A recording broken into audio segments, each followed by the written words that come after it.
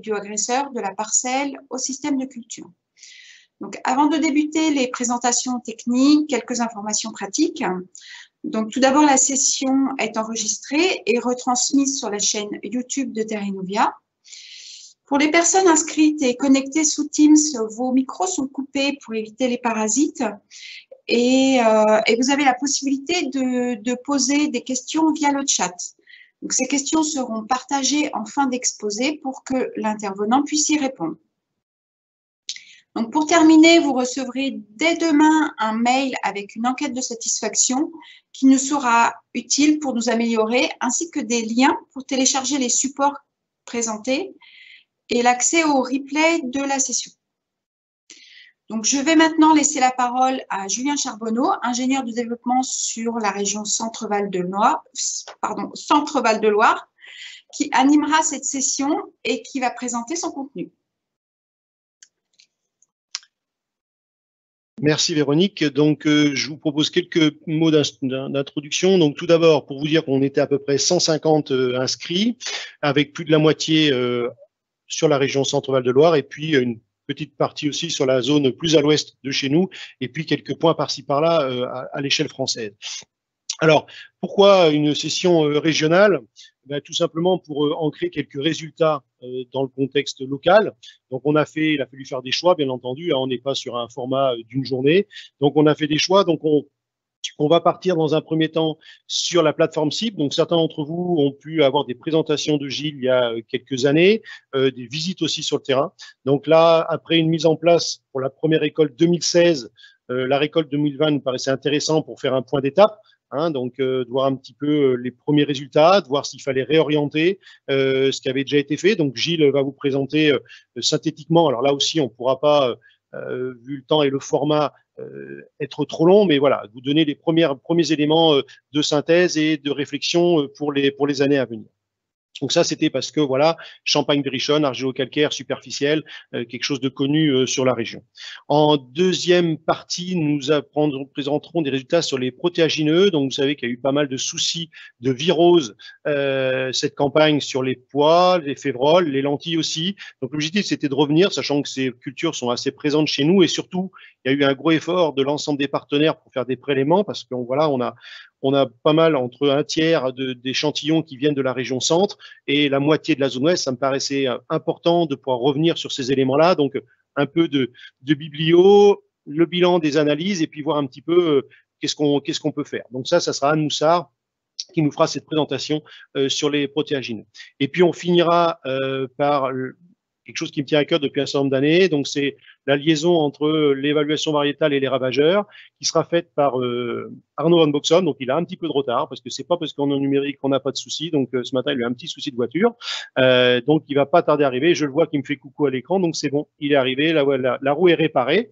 Donc, Arnaud présentera là aussi pourquoi on a fait une présentation avec Arnaud au mois de juin. Une présentation nationale, il y en a eu une dernièrement aussi à l'échelle France. Pourquoi revenir sur cet aspect régional? Tout simplement parce que voilà, on avait commencé les premières observations, des essais, des relations un petit peu présence de Charançon du Bonjon terminal sur la récolte 2013, donc ça date un petit peu. Donc on a commencé à collecter quelques petites infos sur les différences variétales face aux ravageurs. Donc voilà, donc là on change de braquet, on utilise des nouvelles technologies. Donc, l'objectif, c'était de revenir un petit peu sur les nouveaux critères d'évaluation variétale avec Arnaud Van Boxom, responsable de l'évaluation des variétés chez Terrainnovia. Je ne serai pas plus long. Un tout petit point, Véronique vous a dit, on vous enverra une enquête. Je répéterai ces mots-là tout à l'heure. On sait exactement qui s'est inscrit, mais on ne sait pas exactement qui est connecté ce matin. On a le nombre, mais on n'aura pas forcément vos noms.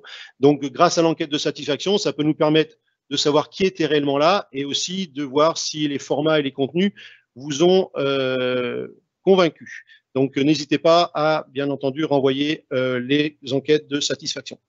Je vous remercie. Je passe sans transition la parole à Gilles pour la partie plateforme d'expérimentation CIPRE, le bilan des 5 premières campagnes.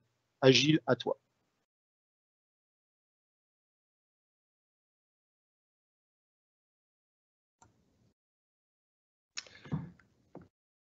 Oui, donc Gilles Sauzet, ingénieur de développement. Je vous souhaite tous le bonjour. Donc, nous allons faire le bilan sur les 5 premières années donc, de cette expérimentation CIPRE. Alors, je vais vous rappeler très rapidement de quoi il s'agit. Hein. L'action CIPRE, donc, c'est un projet interinstitut, ITB, Arvalis, Terrinovia, où nous allons travailler sur trois projets bien distincts mais assez liés. Hein. L'Observatoire des systèmes, qu'on n'abordera pas aujourd'hui, les réseaux d'agriculteurs qu'on n'abordera pas plus aujourd'hui, et bien sûr les plateformes expérimentales. Donc nous avons 5 plateformes en France. On va évoquer celle du Berry, donc située en sol argilo-calcaire superficiel dans la Lande. Donc cet objectif, bien sûr, de plateforme CIPRE, c'est triple performance, mais même, je pense, encore beaucoup plus de performance. On parle de performance économique, de performance environnementale, de performance sociale, on pourrait parler de performance agronomique également, quoi, hein.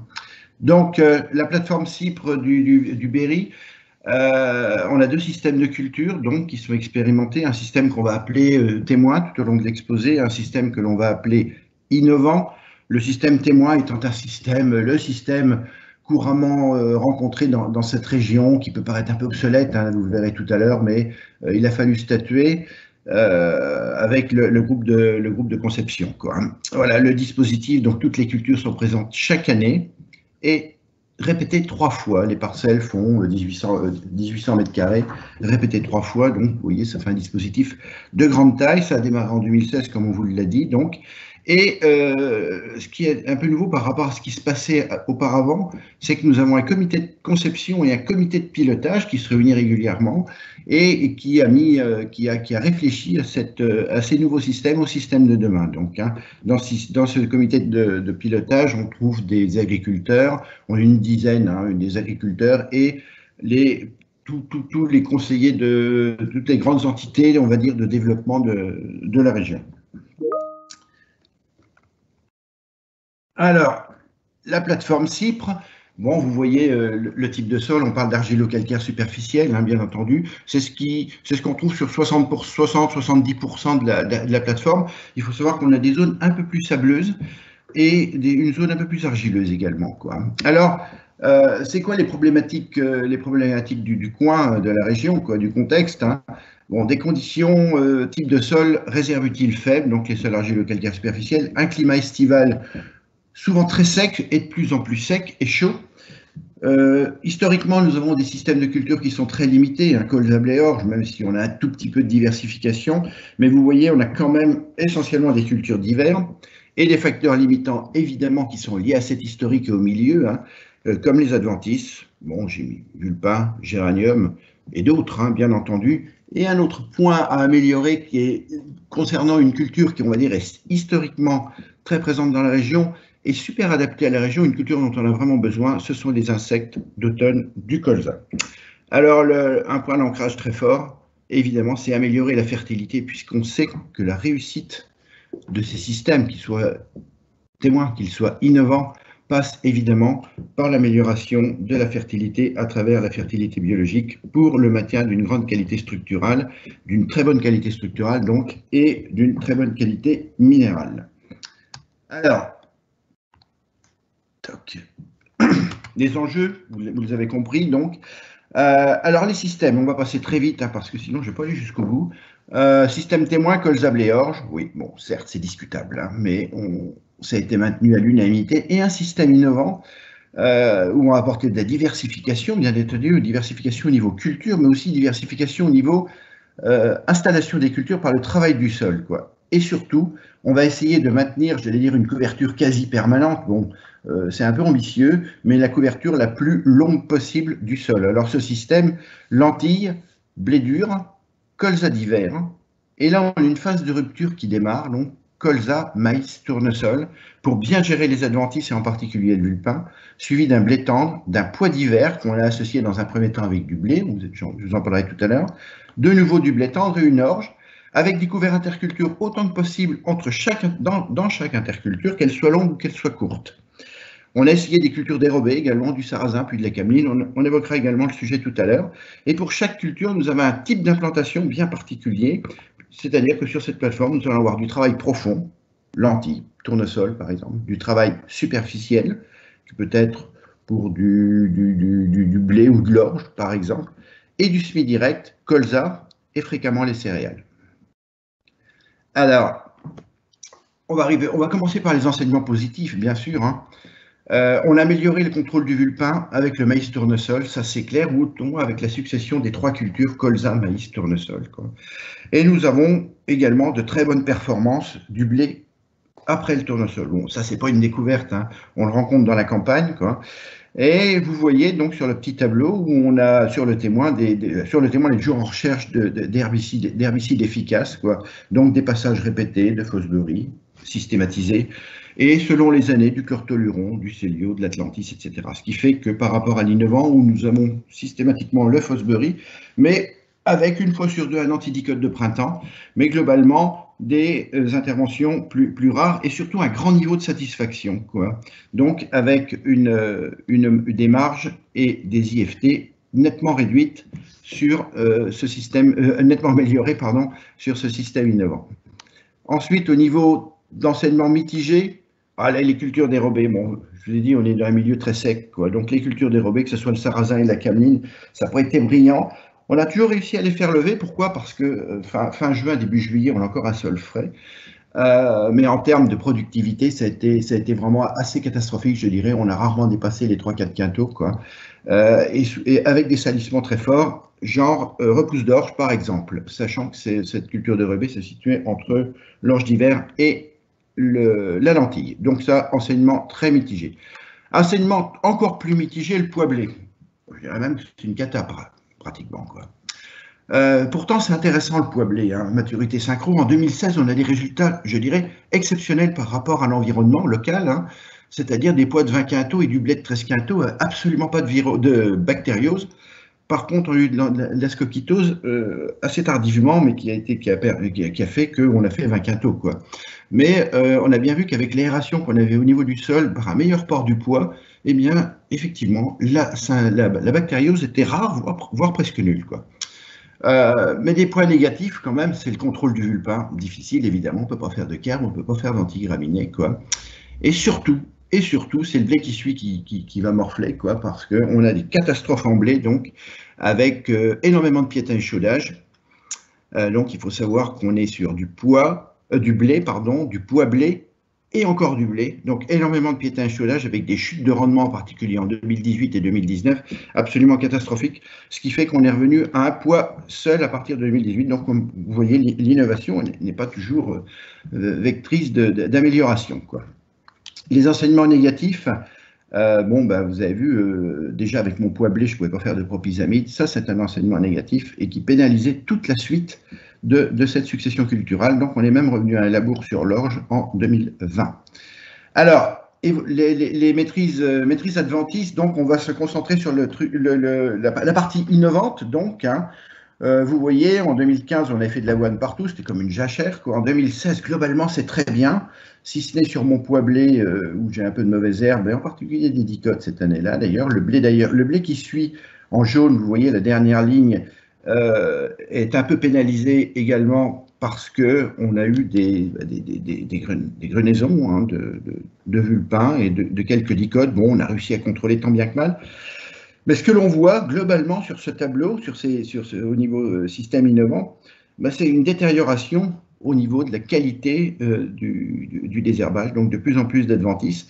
Et on verra que ça s'est accentué très fortement avec l'arrêt du glyphosate, puisqu'on n'utilise plus de glyphosate sur la plateforme depuis le printemps 2018. Voilà. Donc ça s'est énormément amplifié. On a énormément augmenté les travaux, c'est-à-dire les travaux d'implantation, pré-implantation, donc de travail à la dent, travail disque, etc. Et même sur les cultures de printemps, on a des gros soucis d'adventices et de vulpins en particulier, liés à des repiquages, par exemple, en particulier en 2020, où globalement notre situation mauvaise herbe était catastrophique, quoi. Voilà. Donc on va voir maintenant pour le témoin. Le témoin, finalement, en 2016, c'était très bien, comme quoi une année de jachère, c'est génial, une année de jachère avec 2 glyphosates, un à la sortie de l'hiver, un en fin de printemps. Vous voyez, génial, on a fait à peu près toutes les adventices, ce qui nous a permis de prendre connaissance des adventices présentes sur cette parcelle. 2016, ça porte ses fruits, c'est génial. Hein. Et petit à petit, ça se dégrade rapidement. Vous voyez le colza en semi-direct, bien entendu, géranium sisam vulpin. Hein. Pourquoi? Parce qu'on n'a pas 100% d'efficacité avec la propyzamide. Ensuite, sur le blé, un peu de vulpin également, quoi. Et ça se dégrade d'année en année avec, depuis 2019, presque des situations catastrophiques. Il faut savoir qu'en 2019, on a retourné de l'orge pour faire de l'orge de printemps, par exemple. Pourquoi? Parce qu'on avait trop de vulpins incontrôlables. Si on part de 2021, tiens, 2021, on a des colzas qui sont enherbés, mais c'était des colzas ressemés, donc enherbés avec des repousses de céréales, du vulpin et du géranium, mais ils vont être désherbés maintenant avec des propyzamides et les antidicotes qui conviennent. On a des blés qui ont reçu un Fosbury Défi avec, je pense qu'ils seront propres. Pourquoi? Parce qu'on avait un peuplement de vulpin phénoménal, mais traité au stade plantule, et il me semble que ça va être efficace, et idem sur l'orge. Donc vous voyez des situations qui se dégradent quand même en système témoin, mais également en système innovant. Alors le système innovant, vous voyez, jusqu'à maintenant, on avait une succession colza, maïs, tournesol, blé tendre qui fonctionnait très bien. Eh bien, cette situation s'est dégradée en blé en 2020, tout simplement parce que on n'a pas pu faire de blé en semi-direct derrière le tournesol. Donc d'habitude, c'était un blé en semi-direct avec glyphosate. Donc là, il a fallu travailler et on a créé des levées avec ce travail du sol qui ont été fortement préjudiciables. Bon, certes pour le blé, même si les mauvaises herbes n'ont pas été très limitantes sur le rendement, mais pour la parcelle, inévitablement, alors que c'était notre phase, bien sûr, de nettoyage, si je puis dire, quoi. Autre élément à prendre en compte, les insectes du colza. Alors les insectes du colza, évidemment, vous connaissez tous comme moi la problématique de la région. Hein. Petit altis, certes, une année sur 5, grosse altis tous les ans, charançon du bourgeon terminal tous les ans. Et là, on est bien dans un contexte où on a les deux insectes, quoi, grosse altis, charançon du bourgeon terminal. Alors, on sait comment les combattre, hein, c'est-à-dire de la croissance du stade 4 feuilles jusqu'à l'entrée de l'hiver, voire j'irais même jusqu'à la sortie de l'hiver avec une reprise dynamique, quoi. Pour ça, on s'est fixé des objectifs en termes de date de levée, en termes de stade B4. Ces objectifs, on les a super bien remplis en 2016, en 2018. Hein. Vous voyez, avec des taux de plants de sène en vert donc de 95%, aussi bien sur le témoin et l'innovant, sans traitement insecticide. On a juste fait un traitement tardif au printemps sur les pucerons, alors que je pensais vraiment que cette année-là, on allait faire une année sans insecticide, ça n'a pas été le cas. 2017, c'est un petit peu plus compliqué, hein. On a des levées beaucoup plus difficiles, des levées plus tardives, des biomasses faibles, vous voyez, hein, tout est en rouge, quoi. Donc là, ça ne va pas du tout. On fait un traitement altis, pourtant, on fait un traitement au printemps charançon de la tige, et là, on n'est qu'à 70% de plants de sène, et pourtant, vous voyez le rendement du système témoin, 34,5, c'est bien par rapport au système du système innovant, pardon, 34,5 par rapport au système témoin, c'est très bien, c'est réussi. Notre objectif, c'est 32, 33 quintaux. Et c'était lié essentiellement à des phénomènes de dynamique de croissance. 2018, pareil, hein, on a des traitements insecticides. Pourquoi? Tout simplement parce qu'on n'est pas dans notre règle, on est au niveau de notre règle de décision, on n'a pas rempli les objectifs en termes de biomasse. Hein. En plus, on a des petites altis cette année-là qui nous obligent à faire un traitement précoce, donc sinon on n'a plus de colza. Donc on protège, hein, en particulier sur le système témoin qui une nouvelle fois avait une croissance très lente à l'automne, quoi. 2020 pareil, mais globalement, vous voyez, sur notre système innovant, on est toujours en situation, à part en 2017 où on avait quand même eu des petites difficultés, on est toujours en situation d'avoir plus de 90% de plants de sène, ce qui reste notre objectif. Bon, en 2020, malheureusement, notre colza a gelé le 1er avril et ça l'a nanifié définitivement, ce qui fait qu'on a des rendements catastrophiques, alors qu'on avait un superbe colza jusqu'à ce fameux 1er avril, quoi. Ça s'était passé exactement de la même façon l'année d'avant sur des pois où on avait perdu 60-70% des fleurs après comptage, après des gelées tardives de printemps. Voilà, donc globalement, bon, et ça on le maîtrise bien dans le réseau d'agriculteurs sur les parcelles colza, on arrive à se passer, à limiter le nombre d'insecticides à l'automne en particulier, lorsqu'on a des situations de colza à très bonne croissance, et on arrive au fameux 90-95% de plants de sène souhaités. L'évaluation et l'évolution des performances. Bon, regardez déjà l'image globale du tableau. Hein, les premières lignes sont rouges avec un peu de vert. Les lignes du bas, les 4 dernières lignes sont jaunes et souvent très vertes. Mais ça veut dire qu'on est bien meilleur d'un point de vue environnemental que d'un point de vue économique. Pourquoi? Pourquoi? Tout simplement parce qu'on a des cultures de printemps, des vraies cultures de printemps, je pense au maïs, je pense au tournesol, mais surtout le maïs qui plombe complètement l'aspect économique. Donc pourquoi? Parce qu'on est dans des situations où les rendements sont très faibles, 4 années sur 5 depuis que l'on a commencé cette plateforme, débuté cette plateforme. Voilà, donc des rendements pour certaines cultures très faibles.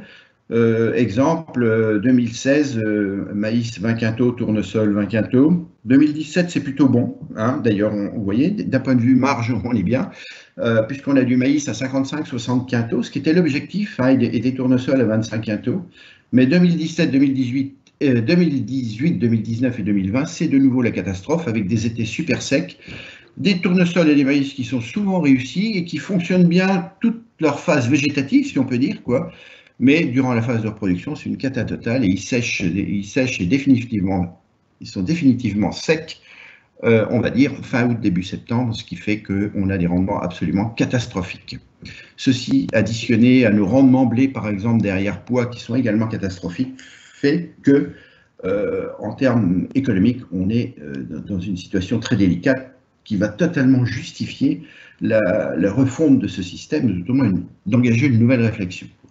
En termes d'IFT, globalement, on est bien, hein, aussi bien par rapport à la référence régionale que par rapport à notre témoin, quoi. En apport d'azote, on diminue, mais c'est logique, hein, quand vous avez des pois, des lentilles, du tournesol. Pardon, il s'est passé quelque chose là.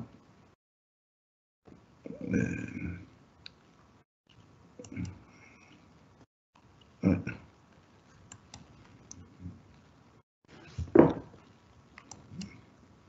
Ouais, excusez-moi, c'est moi qui ai fait une mauvaise manip, je pense.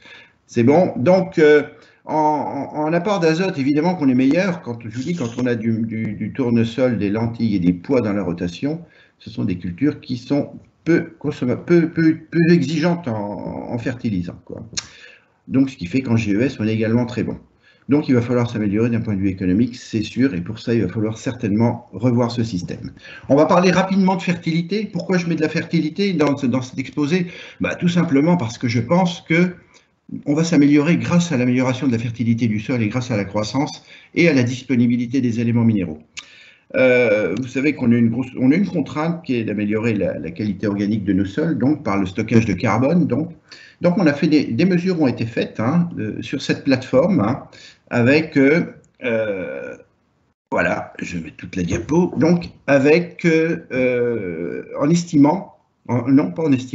en calculant et en mesurant les pertes annuelles de CO2 par hectare et par an. Vous voyez, c'est le petit trait pointillé numéro 3, et on s'aperçoit que globalement, dans ce type de sol argilo-calcaire superficiel à 3% de matière organique, les pertes sont de 100 ou 150 kg par an. Qu'est-ce qui va nous permettre de compenser ces pertes? Évidemment, du colza d'hiver. Le colza d'hiver, un colza d'hiver de 35 quintaux, c'est 14 tonnes de matière sèche à la récolte, ce qui fait que globalement, on arrive à stocker 1600, voire 2000 kg de carbone, de CO2, en particulier lorsqu'on a un couvert végétal significatif. Du maïs grain 60 quintaux, ça serait également intéressant, sauf qu'on ne fait jamais 60 quintaux ou rarement. Du blé tendre d'hiver à 70 quintaux avec les pailles restituées, c'est à peu près ce que l'on produit sur cette plateforme. Mais vous voyez que toutes les autres cultures vont creuser le déficit, quoi. Donc évidemment, quand on met des couverts végétaux en interculture, vous voyez par exemple, avant un tournesol, eh bien, on arrive globalement à compenser les pertes. Donc ça, c'est hyper important et ça doit aussi nous aider à orienter notre système de demain, quoi, puisque c'est un élément capital pour nous en termes de fertilité. Donc, des simulations ont été faites, là ce sont bien des simulations évidemment, sur l'évolution du stock de carbone organique dans ce sol argilo-calcaire de Champagne-Berrichonne. Vous voyez, le témoin, c'est la couleur orangée, l'innovant, c'est la couleur bleue. Eh bien, vous voyez, on déstocke du carbone organique sur les 50 ans qui viennent, avec le système qu'on a mis en place et les pratiques que l'on a mis en place, quoi. C'est pas étonnant, hein, c'est pas étonnant du tout. Vous voyez, le système témoin, colza, blé, orge, tant bien que mal, on arrive, je dirais, à stabiliser en restituant la paille, en faisant des colzas 32, 33 quintaux, donc en ramenant 15 à 1600 kg de CO2 dans les sols chaque année, quoi. Globalement, on arrive à stabiliser.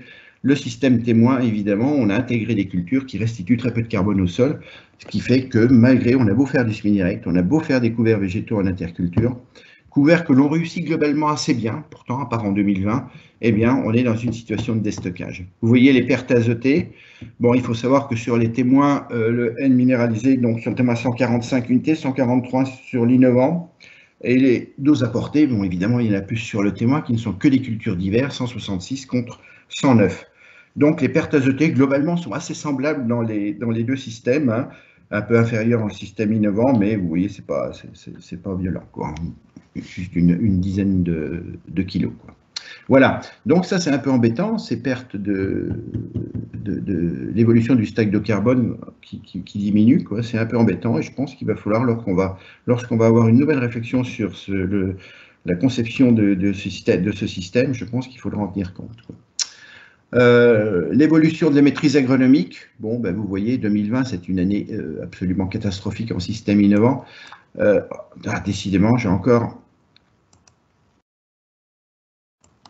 En fait, je crois que j'ai un petit problème de souris. Voilà. Donc, 2020, ben vous voyez, excès d'eau tout l'hiver, enfin 2019-2020, donc l'automne et l'hiver, excès d'eau, des semis très compliqués, et ensuite une grosse phase de sécheresse, donc du 20 juin au 25 septembre, ce qui va faire que les cultures de printemps vont avoir des rendements absolument catastrophiques. Donc, le climat est très prégnant sur cette plateforme, évidemment, en lien avec les réserves utiles, qui est extrêmement faible, puisqu'elle varie de 60 à 80 mm.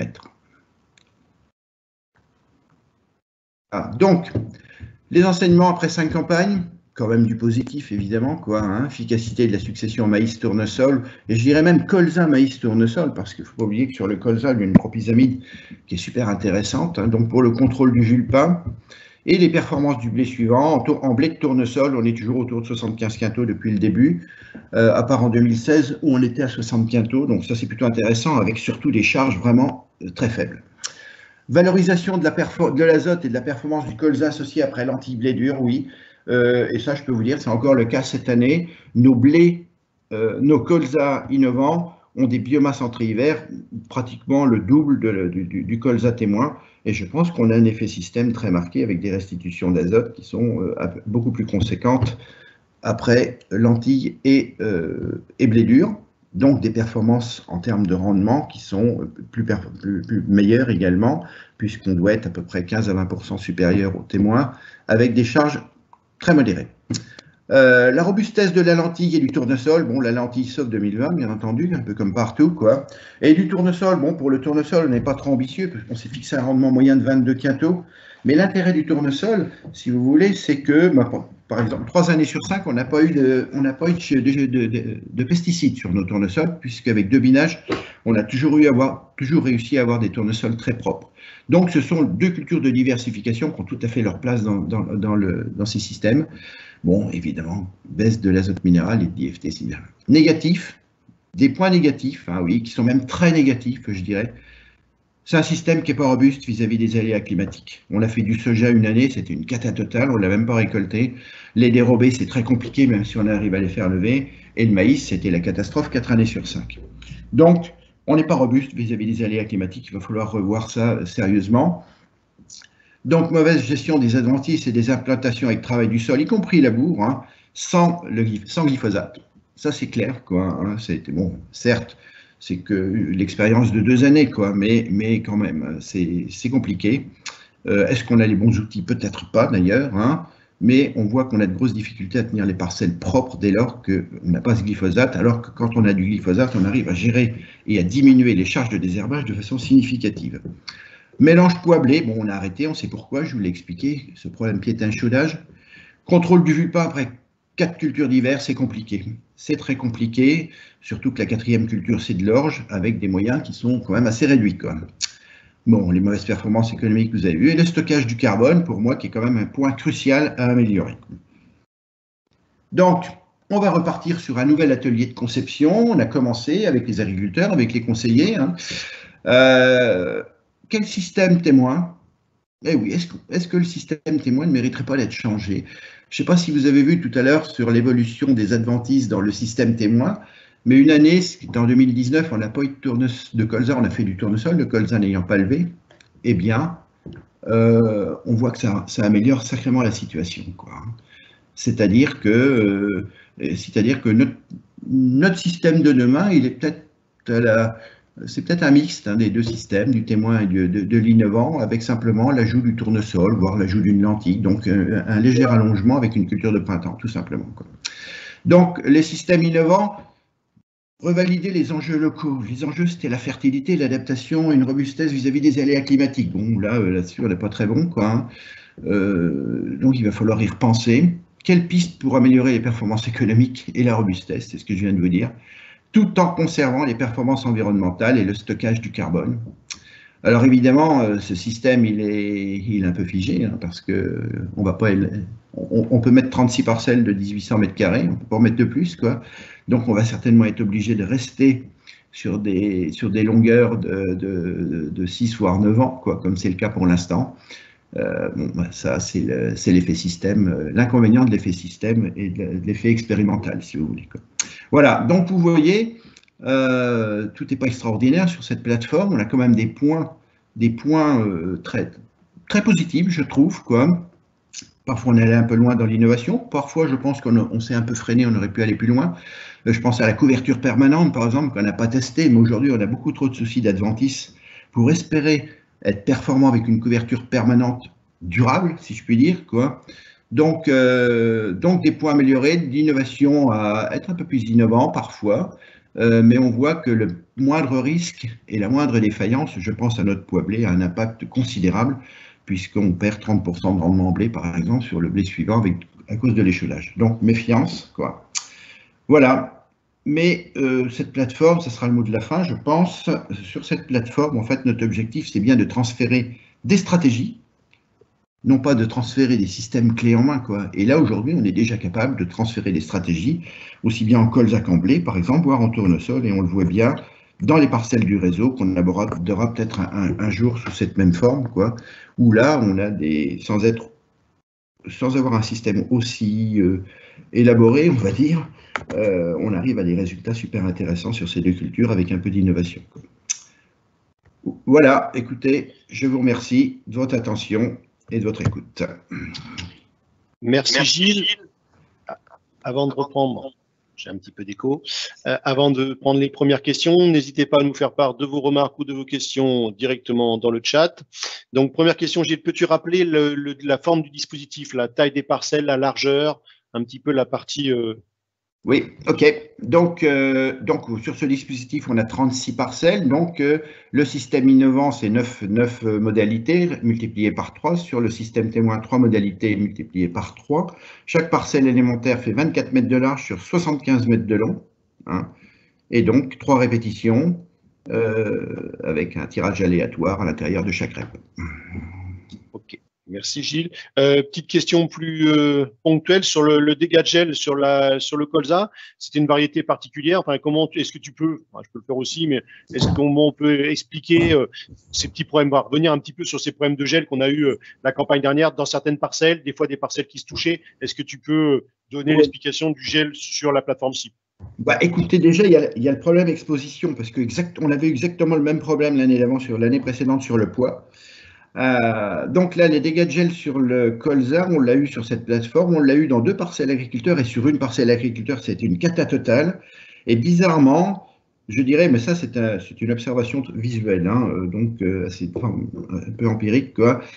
Bizarrement, j'ai remarqué que tous les colzas qui se sont retrouvés en fleurs autour du 1er avril, donc F1 autour du 1er avril, ont subi bien plus le gel que les colzas qui à cette date-là étaient déjà pratiquement au stade F2. Parce que dans le réseau d'agriculteurs, où il y avait une cinquantaine de parcelles, j'ai deux parcelles vraiment très touchées. Et ces deux parcelles étaient parmi les plus tardives, sont arrivées en fleurs à F1, donc comme la plateforme Cypre.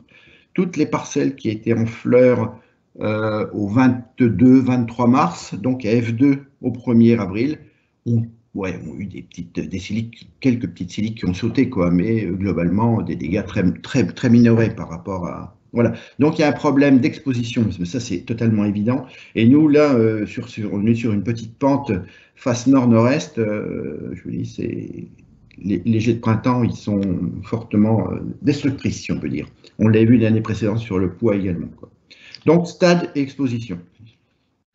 Une question remarque, c'est vrai que si pour les premiers travaux, pour avoir participé aux premiers travaux, on avait même introduit de la luzerne, etc. Après, on s'est posé la question de la commercialisation, c'est qu'il faut rester il y a les opérateurs aussi économiques dans le groupe, il faut rester un peu cohérent avec aussi ce qui peut se vendre sur le secteur.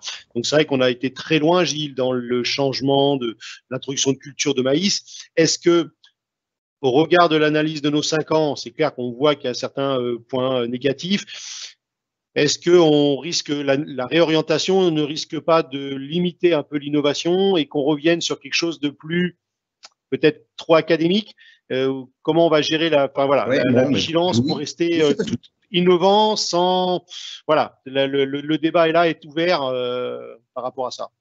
Écoute, je pense qu'on va élargir le cercle en regardant notre champ d'action et en regardant ce qui se passe dans la campagne de ces 2 départements. On a eu une nette baisse des surfaces de colza, hein, ce qui peut justifier par 2-3 éléments. On a déjà les aspects climatiques du mois de juillet et août, mais aussi les aspects bioagresseurs. Et on est allé vers de la diversification, quoi. Donc un peu plus de culture de pois d'ailleurs, de lentilles, de tournesol, etc.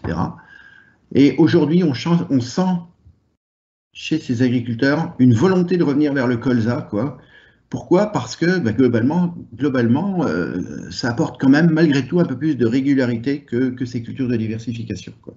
Donc il en faut de la diversification, ne serait-ce que pour gérer ce qu'on a vu tout au long de l'exposé, des problèmes d'adventice, voire des problèmes de bioagression. Il en faut, mais il faut de la diversification avec des espèces bien adaptées au contexte pédoclimatique, quoi.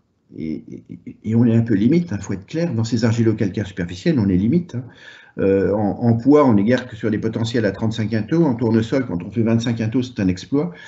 Il faut savoir que le tournesol, c'est 10 quintaux pour 100 mm en gros, quoi. Cette année, vous voyez, on a eu 130 mm de pluie et on a 60 mm de réserve utile, quoi. 180, donc on peut pas espérer 25 quintaux, c'est clair que non.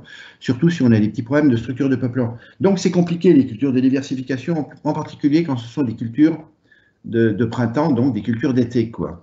Et pourtant, on en a besoin. Donc cherchons les plus robustes et ce sera déjà pas mal, quoi, hein. Pour moi, ce sera déjà pas mal. Après, on peut innover sur nos cultures, les cultures les mieux adaptées. Et les cultures les mieux adaptées, je regrette, mais c'est quand même le colza, le blé et l'orge, quoi. Donc, je suis peut-être pas innovant, quoi, certainement, mais on veut de la durabilité, quoi, tout simplement, quoi. Donc, cherchons à améliorer. Je pense que ça passe par la fertilité, qui doit rester notre leitmotiv, quoi, et notre objectif principal.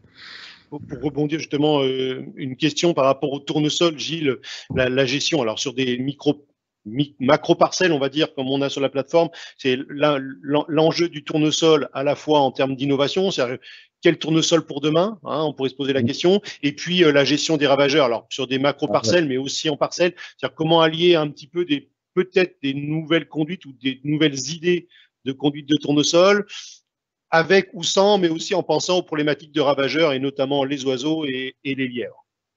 Écoutez, les tournesols, sur 5 années, on les a ressemés 2 fois, hein.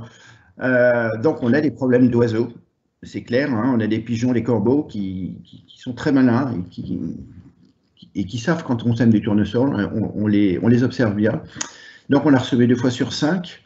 J'avoue qu'on est beaucoup plus innovant sur les parcelles de tournesol agriculteurs du réseau que sur la plateforme Cypre. Parce que la plateforme Cypre, on a un objectif et un seul, je dirais, enfin, un peu plus quand même, mais c'est déjà d'avoir un peuplement non limitant, une levée au mois d'avril, un peuplement non limitant, et de garder une parcelle propre avec un minimum de charge. Pourquoi? Parce que notre rendement, notre potentiel est limité, quoi.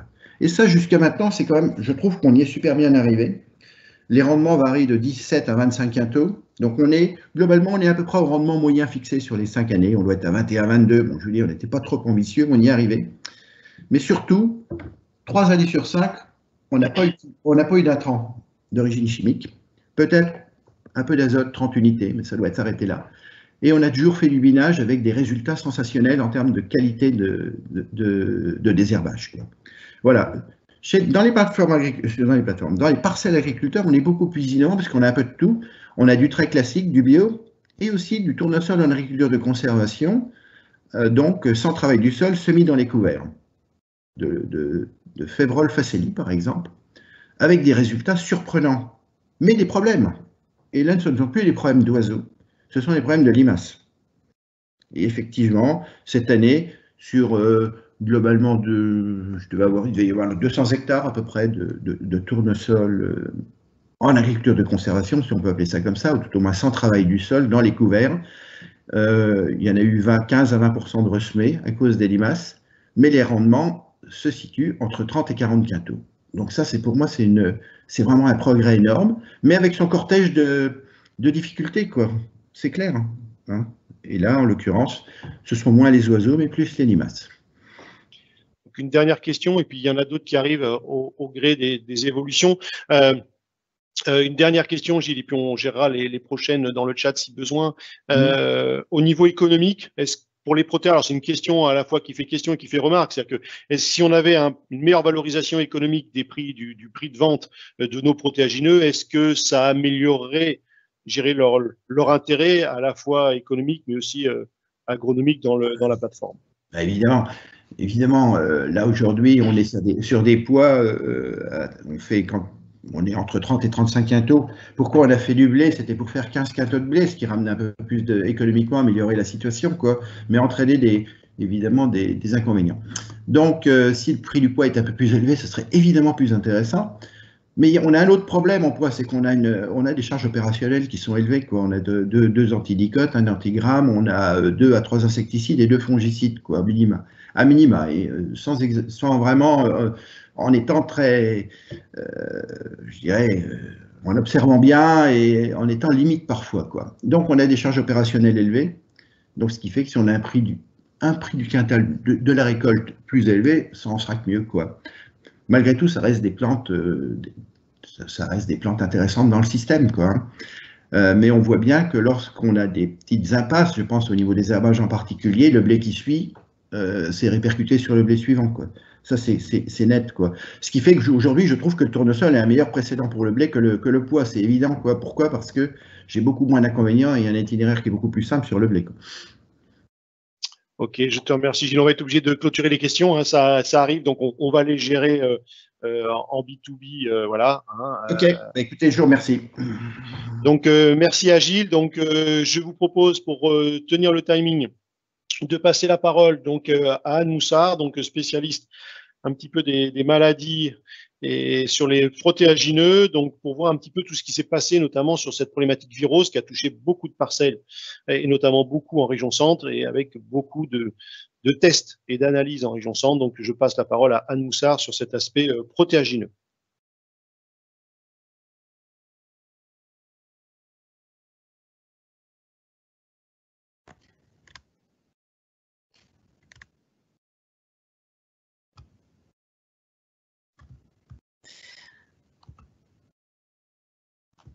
Voilà, excusez-moi. Bonjour à tous. Donc, je vais effectivement vous parler des viroses qui, comme le disait Julien, ont touché un grand nombre de... Oui. J'ai perdu ton partage. Il faut que tu le relances. Pardon.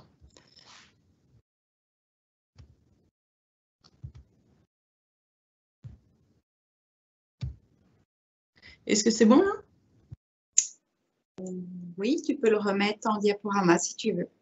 Voilà, excusez-moi. Oui, donc comme le disait Julien, nous avons eu un certain nombre de problèmes de virose dans les parcelles de légumineuses au printemps dernier. Donc, je vais commencer par quelques rappels sur les virus. Je vous présenterai ensuite l'observatoire que nous avons mis en place, les symptômes observés et les virus détectés. J'apporterai un certain nombre d'éléments qui peuvent permettre d'expliquer cette pression de maladie virale particulièrement élevée. Et enfin, je terminerai par les conséquences et les enseignements pour la prochaine campagne. Donc, quelques rappels sur les virus. Tout d'abord, donc les phytovirus sont des parasites intracellulaires dont la survie dépend entièrement de leur hôte, c'est-à-dire de la plante qu'ils infectent. Puisqu'ils ne peuvent pas se multiplier de façon autonome et ont donc besoin de détourner la machinerie cellulaire de la plante pour se répliquer. Donc ceci va induire chez la plante des perturbations physiologiques et un certain nombre de symptômes sur lesquels je reviendrai un peu plus tard. Les particules virales ainsi formées vont envahir toutes les cellules et la plante infectée va le rester toute sa vie. Elle va devenir un agent contaminant à partir duquel le virus pourrait être disséminé. Donc il faut savoir qu'un virus ne peut pas survivre en dehors de la plante. Il a forcément besoin d'un mode de transmission d'une plante malade vers une plante saine, sinon il disparaît à la mort de la plante. Donc il existe plusieurs modes de transmission. Le plus fréquent, c'est la transmission par des vecteurs, et parmi les vecteurs, les insectes, et notamment les pucerons, sont les plus fréquents. Nous avons un certain nombre de virus qui peuvent également être transmis par la semence, et il existe également un mode de transmission, mais beaucoup plus rare, qui serait une transmission mécanique. Si l'on s'attarde un peu justement à la transmission par les pucerons, qui est la plus fréquente, donc ces insectes sont de très bons vecteurs de virus pour différentes raisons. Leur comportement alimentaire, tout d'abord, donc plusieurs espèces de pucerons sont polyphages, c'est-à-dire qu'elles vont s'alimenter sur plusieurs espèces végétales. Les pucerons, lorsqu'ils recherchent la plante qui leur convient, font des piqûres d'essai et potentiellement donc vont pouvoir piquer un certain nombre d'espèces végétales, et puis ensuite des piqûres d'alimentation si effectivement la plante leur convient. Donc ce comportement alimentaire va forcément faciliter la transmission des virus à différentes espèces végétales.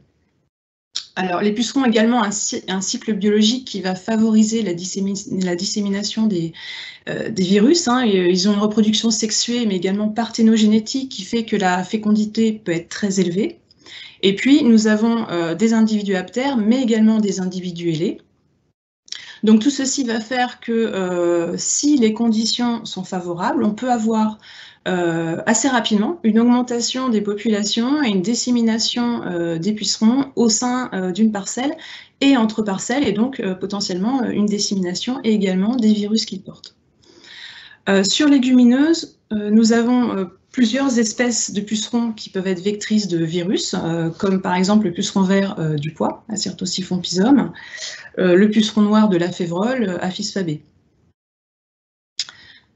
Il existe deux modes de transmission par les pucerons. Un mode de transmission dit persistant, donc là ça concerne des virus qui, une fois qu'ils ont été acquis par le puceron, vont réaliser un circuit complexe dans le corps du puceron avant d'être réinoculés à une autre plante.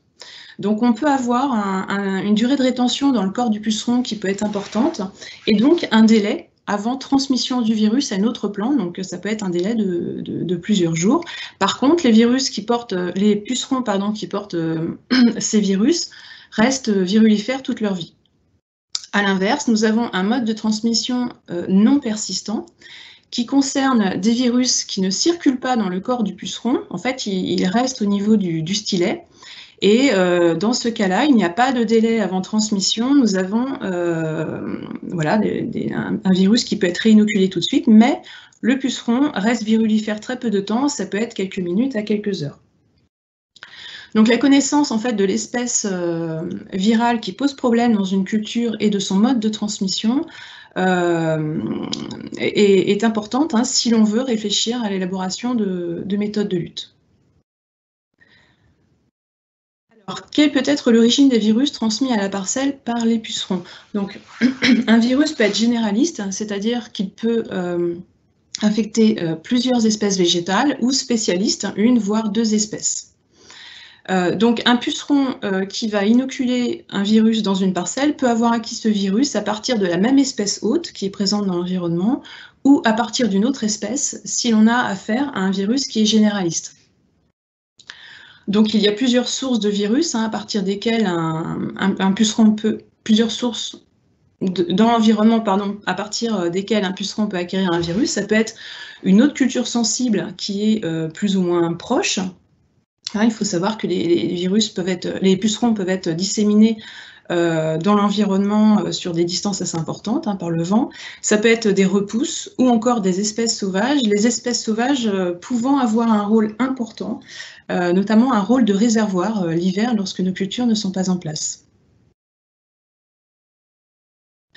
Alors, donc ce printemps, nous avons eu des symptômes de maladie virale assez tôt dans les parcelles. Et étant donné le nombre de parcelles concernées et les dégâts occasionnés, nous avons décidé de mettre en place un observatoire en collaboration avec un certain nombre de partenaires. Donc nous nous sommes intéressés à 4 espèces végétales, donc le pois, la févrole, la lentille et le pois chiche. Donc vous avez ici la répartition des parcelles. Donc le pois en bleu, la lentille en vert, la févrole en rouge et le pois chiche en orange. Donc des parcelles réparties dans différentes régions, 85 au total, 85 parcelles au total, dont 36 de pois, 16 de févrole, 27 de lentilles et 5 de pois chiche.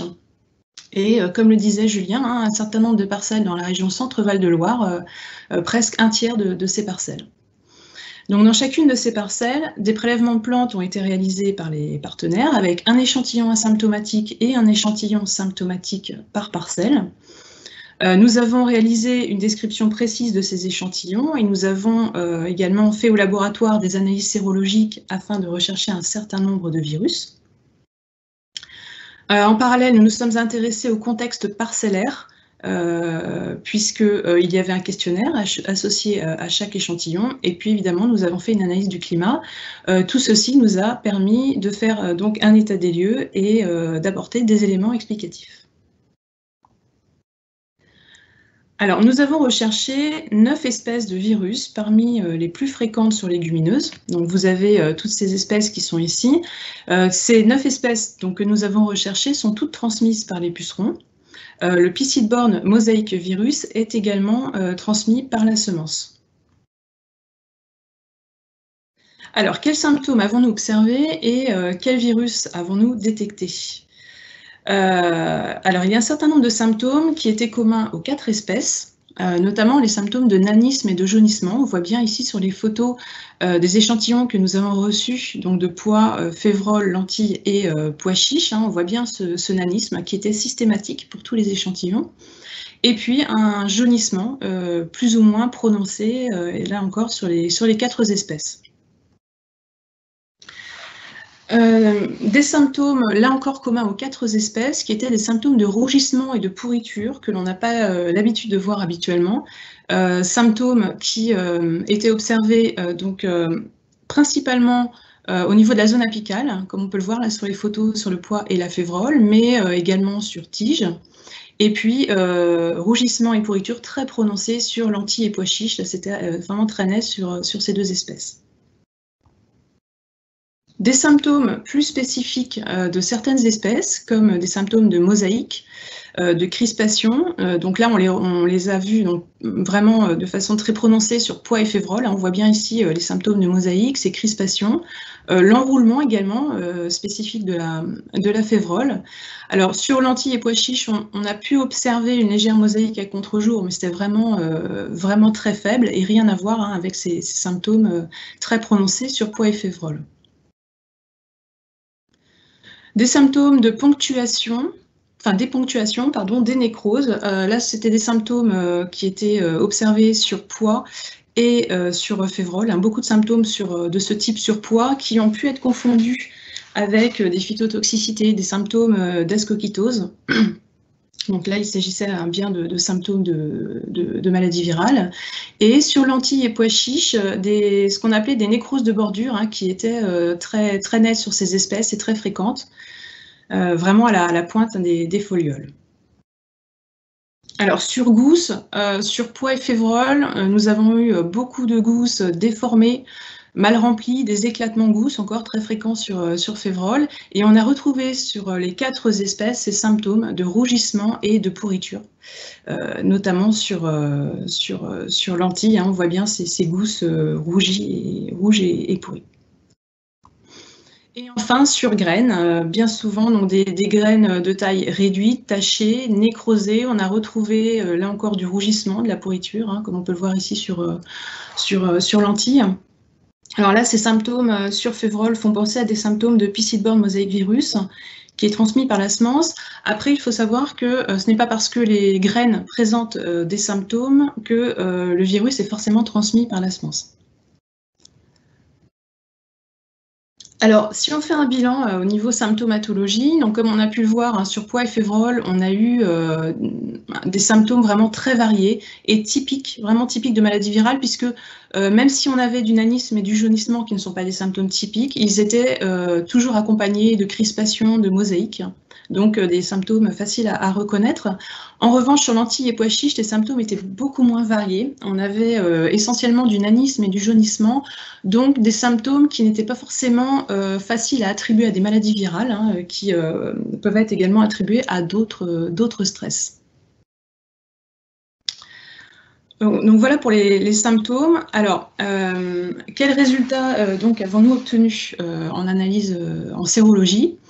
Donc vous avez ici le nombre de virus détectés par parcelle pour chacune des 4 espèces, pois, févrole, lentilles et pois chiches, avec en vert les virus détectés dans l'échantillon asymptomatique et en jaune dans l'échantillon symptomatique, puisque je vous rappelle que ces 2 types d'échantillons étaient prélevés dans chaque parcelle. Donc en moyenne, nous avons détecté 2 à 5 virus par parcelle. Donc c'est dans la févrole hein, que l'on a détecté le plus de virus. On a eu jusqu'à 7 virus par parcelle pour cette espèce.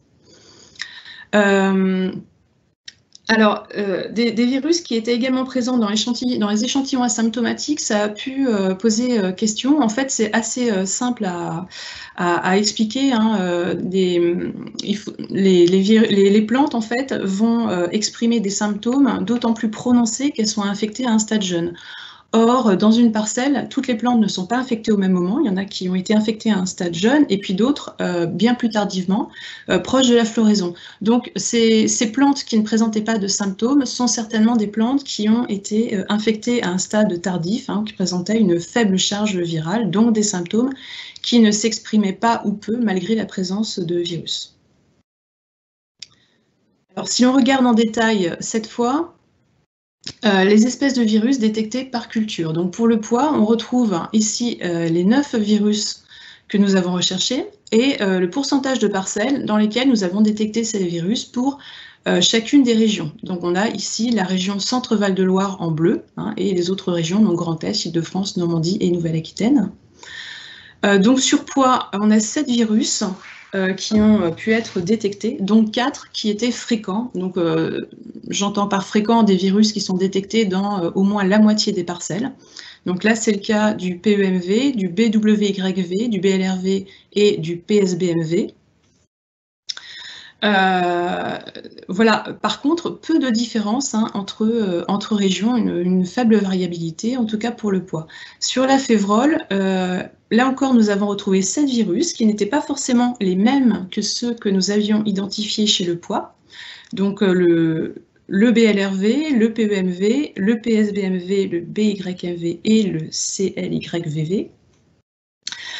Qui étaient les plus fréquents. Par contre, on voit bien qu'on a par exemple ici le PESV, le Pistrec virus, que l'on retrouve chez la févrole et qu'on n'avait pas du tout identifié chez le pois. Et à l'inverse, on a des virus comme le BWYV, qui est très peu fréquent chez la févrole, mais qui était retrouvé dans quasiment 100% des parcelles chez le pois. Et là encore, hein, une faible variabilité au niveau des régions. Hein. En région Centre-Val de Loire, on retrouve les mêmes virus que ceux qui avaient été détectés dans le Grand Est et en Normandie. Voici les résultats pour la lentille et le pois chiche. Donc sur lentille, 6 virus détectés, dont 4 très fréquents, les 4 mêmes que ceux que l'on retrouvait très fréquemment chez le pois. Et puis chez le pois chiche, 4 virus, dont 2 qui étaient assez fréquents. Alors pour le pois chiche, je précise que l'on avait très peu de parcelles, donc ce sont des résultats là qui sont à prendre avec précaution. On a représenté ça de la même façon, mais vraiment très peu de parcelles pour le pois chiche. Donc, si on fait un bilan de tous ces virus détectés, donc là, vous avez donc les virus recherchés avec le pourcentage de parcelles dans lesquelles on retrouve ces virus, mais cette fois pour les 4 espèces, le pois, la févrole, la lentille et le pois chiche. Donc, comme on le disait tout à l'heure, on a une fréquence qui est variable selon l'espèce végétale, mais pas selon la région. Nous avons 3 virus très fréquents chez les 4 espèces, le PEMV, le BLRV et le PSBMV. Le BWYV qui est plutôt fréquent chez le pois, et puis ces 3 virus qui semblent quand même assez spécifiques de la févrole, qui sont le BYMV, le CYVV et le PESV.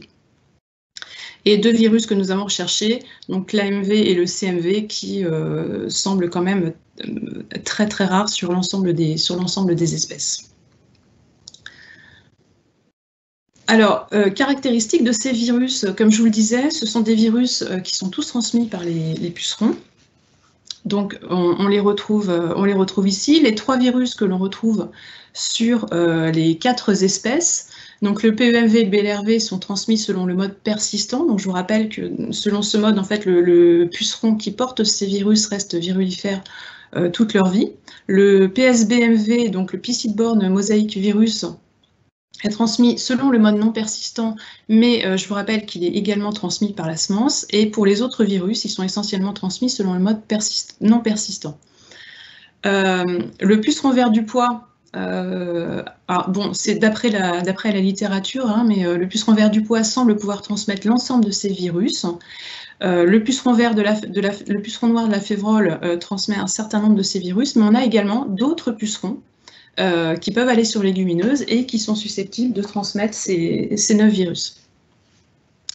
Et donc l'ensemble de ces virus, ces virus peuvent infecter plusieurs espèces de légumineuses.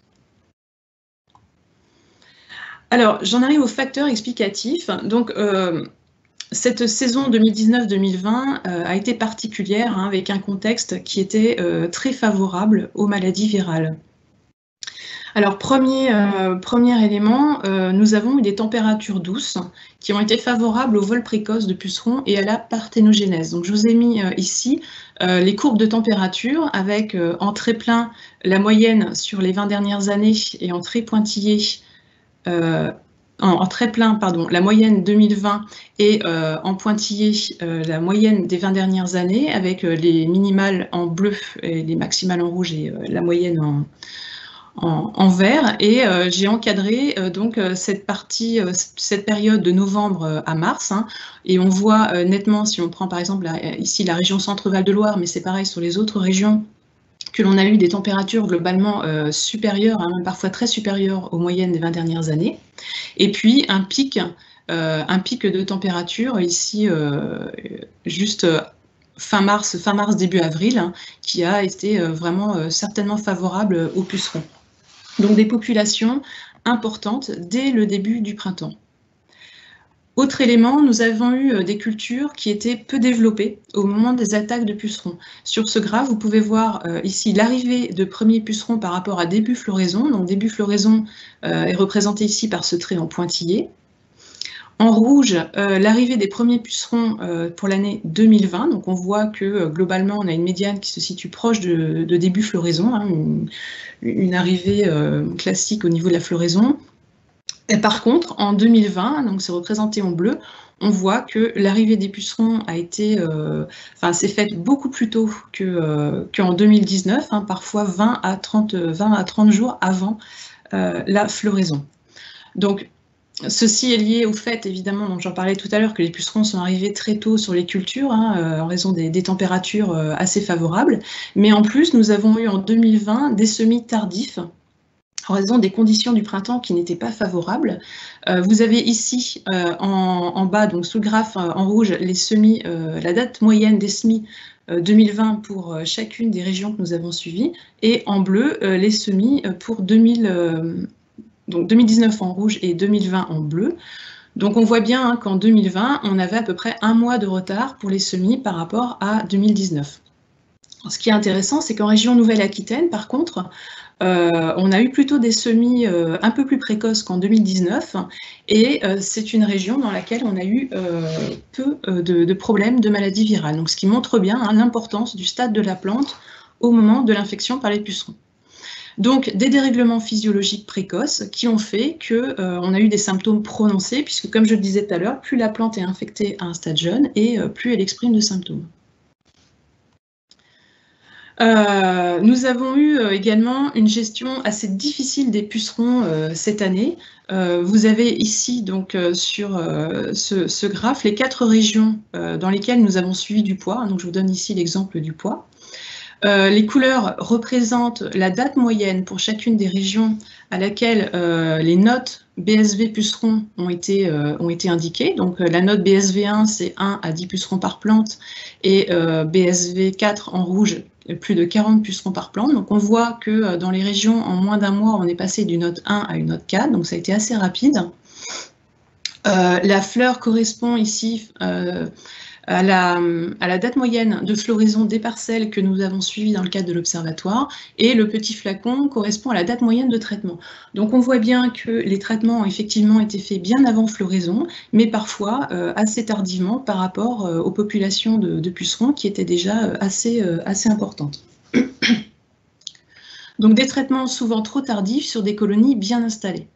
Et si l'on regarde donc ici à droite la pression estimée de pucerons avant traitement dans les parcelles et après traitement ici, donc avec en vert on est sur une pression nulle et en rouge une pression très élevée, on voit bien qu'avant traitement, dans certaines parcelles, on avait des pressions qui étaient déjà très élevées de pucerons. Après traitement, ça a été résolu dans un certain nombre de parcelles, mais sûrement trop tard par rapport au virus qui était déjà inoculé. Donc on a bien eu des vecteurs de virus en nombre dans les parcelles pendant une bonne partie de la saison. Et enfin, autre élément, il n'y a pas eu que les pucerons et les virus, puisque il y a eu d'autres stress, notamment abiotiques. Donc j'ai remis ici les courbes de température en encadrant cette fois la période avril à juin. Donc on voit bien que là encore, on était sur des températures supérieures à la moyenne. Et puis au niveau des précipitations, vous avez ici sur ces histogrammes en bleu le cumul pour 2020 et en noir donc la moyenne des 20 dernières années. Donc là encore, on est plutôt sur des phases de stress hydrique, notamment en avril-mai. Donc ces autres stress, alors il y a eu également des problèmes de maladies racinaires, ces autres stress ont fait que les plantes avaient une sensibilité accrue aux viroses, ce qui, là encore, a amplifié les dégâts et les dommages. Donc voilà pour ces quelques éléments qui peuvent permettre d'expliquer ce contexte quand même assez particulier. Alors, les conséquences sur les rendements, la qualité des graines et les enseignements pour la prochaine campagne. Alors, nous avons pu récupérer un certain nombre de rendements dans les parcelles que nous avons suivies dans le cadre de l'observatoire. Vous avez ici, pour le pois et la févrole, les rendements obtenus dans des parcelles qui présentaient moins de 20% de plantes atteintes, 20 à 40% en jaune, 40 à 60 et plus de 60% en rouge. Donc on voit bien l'effet des maladies virales sur les rendements. Donc bon, ça c'est un petit peu logique, mais on arrive quand même bien à le montrer, sachant qu'en plus il n'y a pas que les maladies virales, là il y a certainement également les problèmes de dégâts directs occasionnés par les pucerons. Et ce qui a été très intéressant, c'est qu'on a également regardé le rendement moyen pour les parcelles dans lesquelles les symptômes ont été signalés avant début floraison, en orange, là à droite, et après début floraison en vert. Donc on voit bien l'importance du stade de la plante au moment de l'infection, puisque les parcelles qui ont été infectées avant début floraison ont des rendements nettement inférieurs. Alors, nous n'avons pas ces rendements pour la lentille et le pois chiche.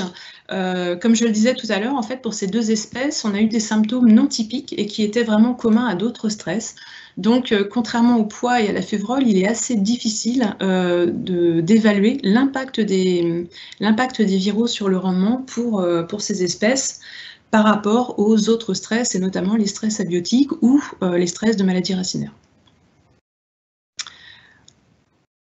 Alors, sur la qualité des graines, donc il y a eu une altération de la qualité visuelle des graines. On a vu tout à l'heure des symptômes qui étaient parfois assez prononcés. Donc l'utilisation de ces graines peut présenter un certain nombre de risques, puisqu'on peut avoir une réduction de la faculté germinative. Si l'on sème donc les graines issues de ces récoltes, il peut également y avoir un risque de transmission par la semence, notamment du Piscine-Borne mosaïque virus, qui est le virus qui peut être transmis par la semence.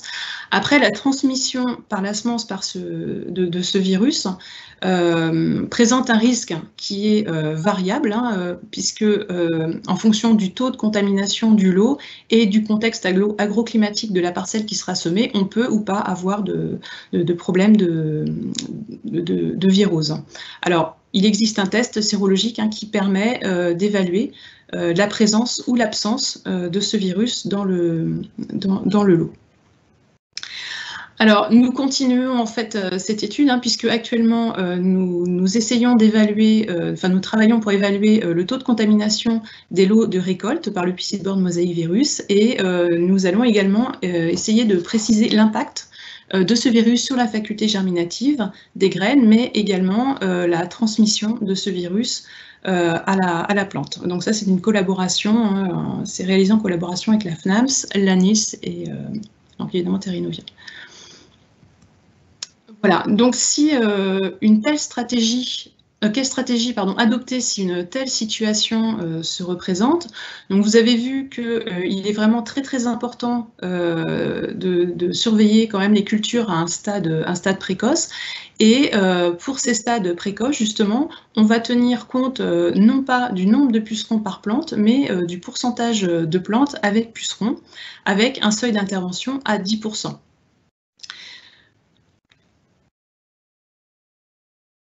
Voilà, donc ce qu'il faut retenir, nous avons identifié donc 9 virus dans les parcelles sur les 4 espèces végétales que nous avons suivies, des virus qui sont transmis par les pucerons et qui peuvent infecter plusieurs espèces de légumineuses. 3 de ces virus sont très fréquents sur les 4 espèces, d'autres sont plus spécifiques, notamment le BYMV sur févrole.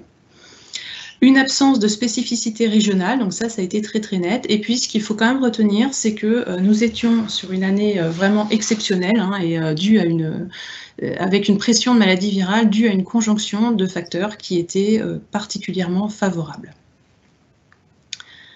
Voilà, je vous remercie pour votre attention. Merci Anne pour cet exposé. Merci Anne pour cet exposé très complet sur cette problématique. Donc, pas mal de questions, donc des questions plus courtes que d'autres. Par rapport aux cicadelles, on n'a pas parlé de cicadelles, c'est vrai qu'en céréales, on parle de cicadelles. Est-ce qu'en cicadelles, ça pourrait être aussi un dossier en protéagineux? Alors, effectivement, il y a des virus qui sont transmis par d'autres insectes, et notamment les cicadelles. Après, ceux que nous avons recherchés, en tout cas, d'après la littérature, ne sont transmis que par les pucerons.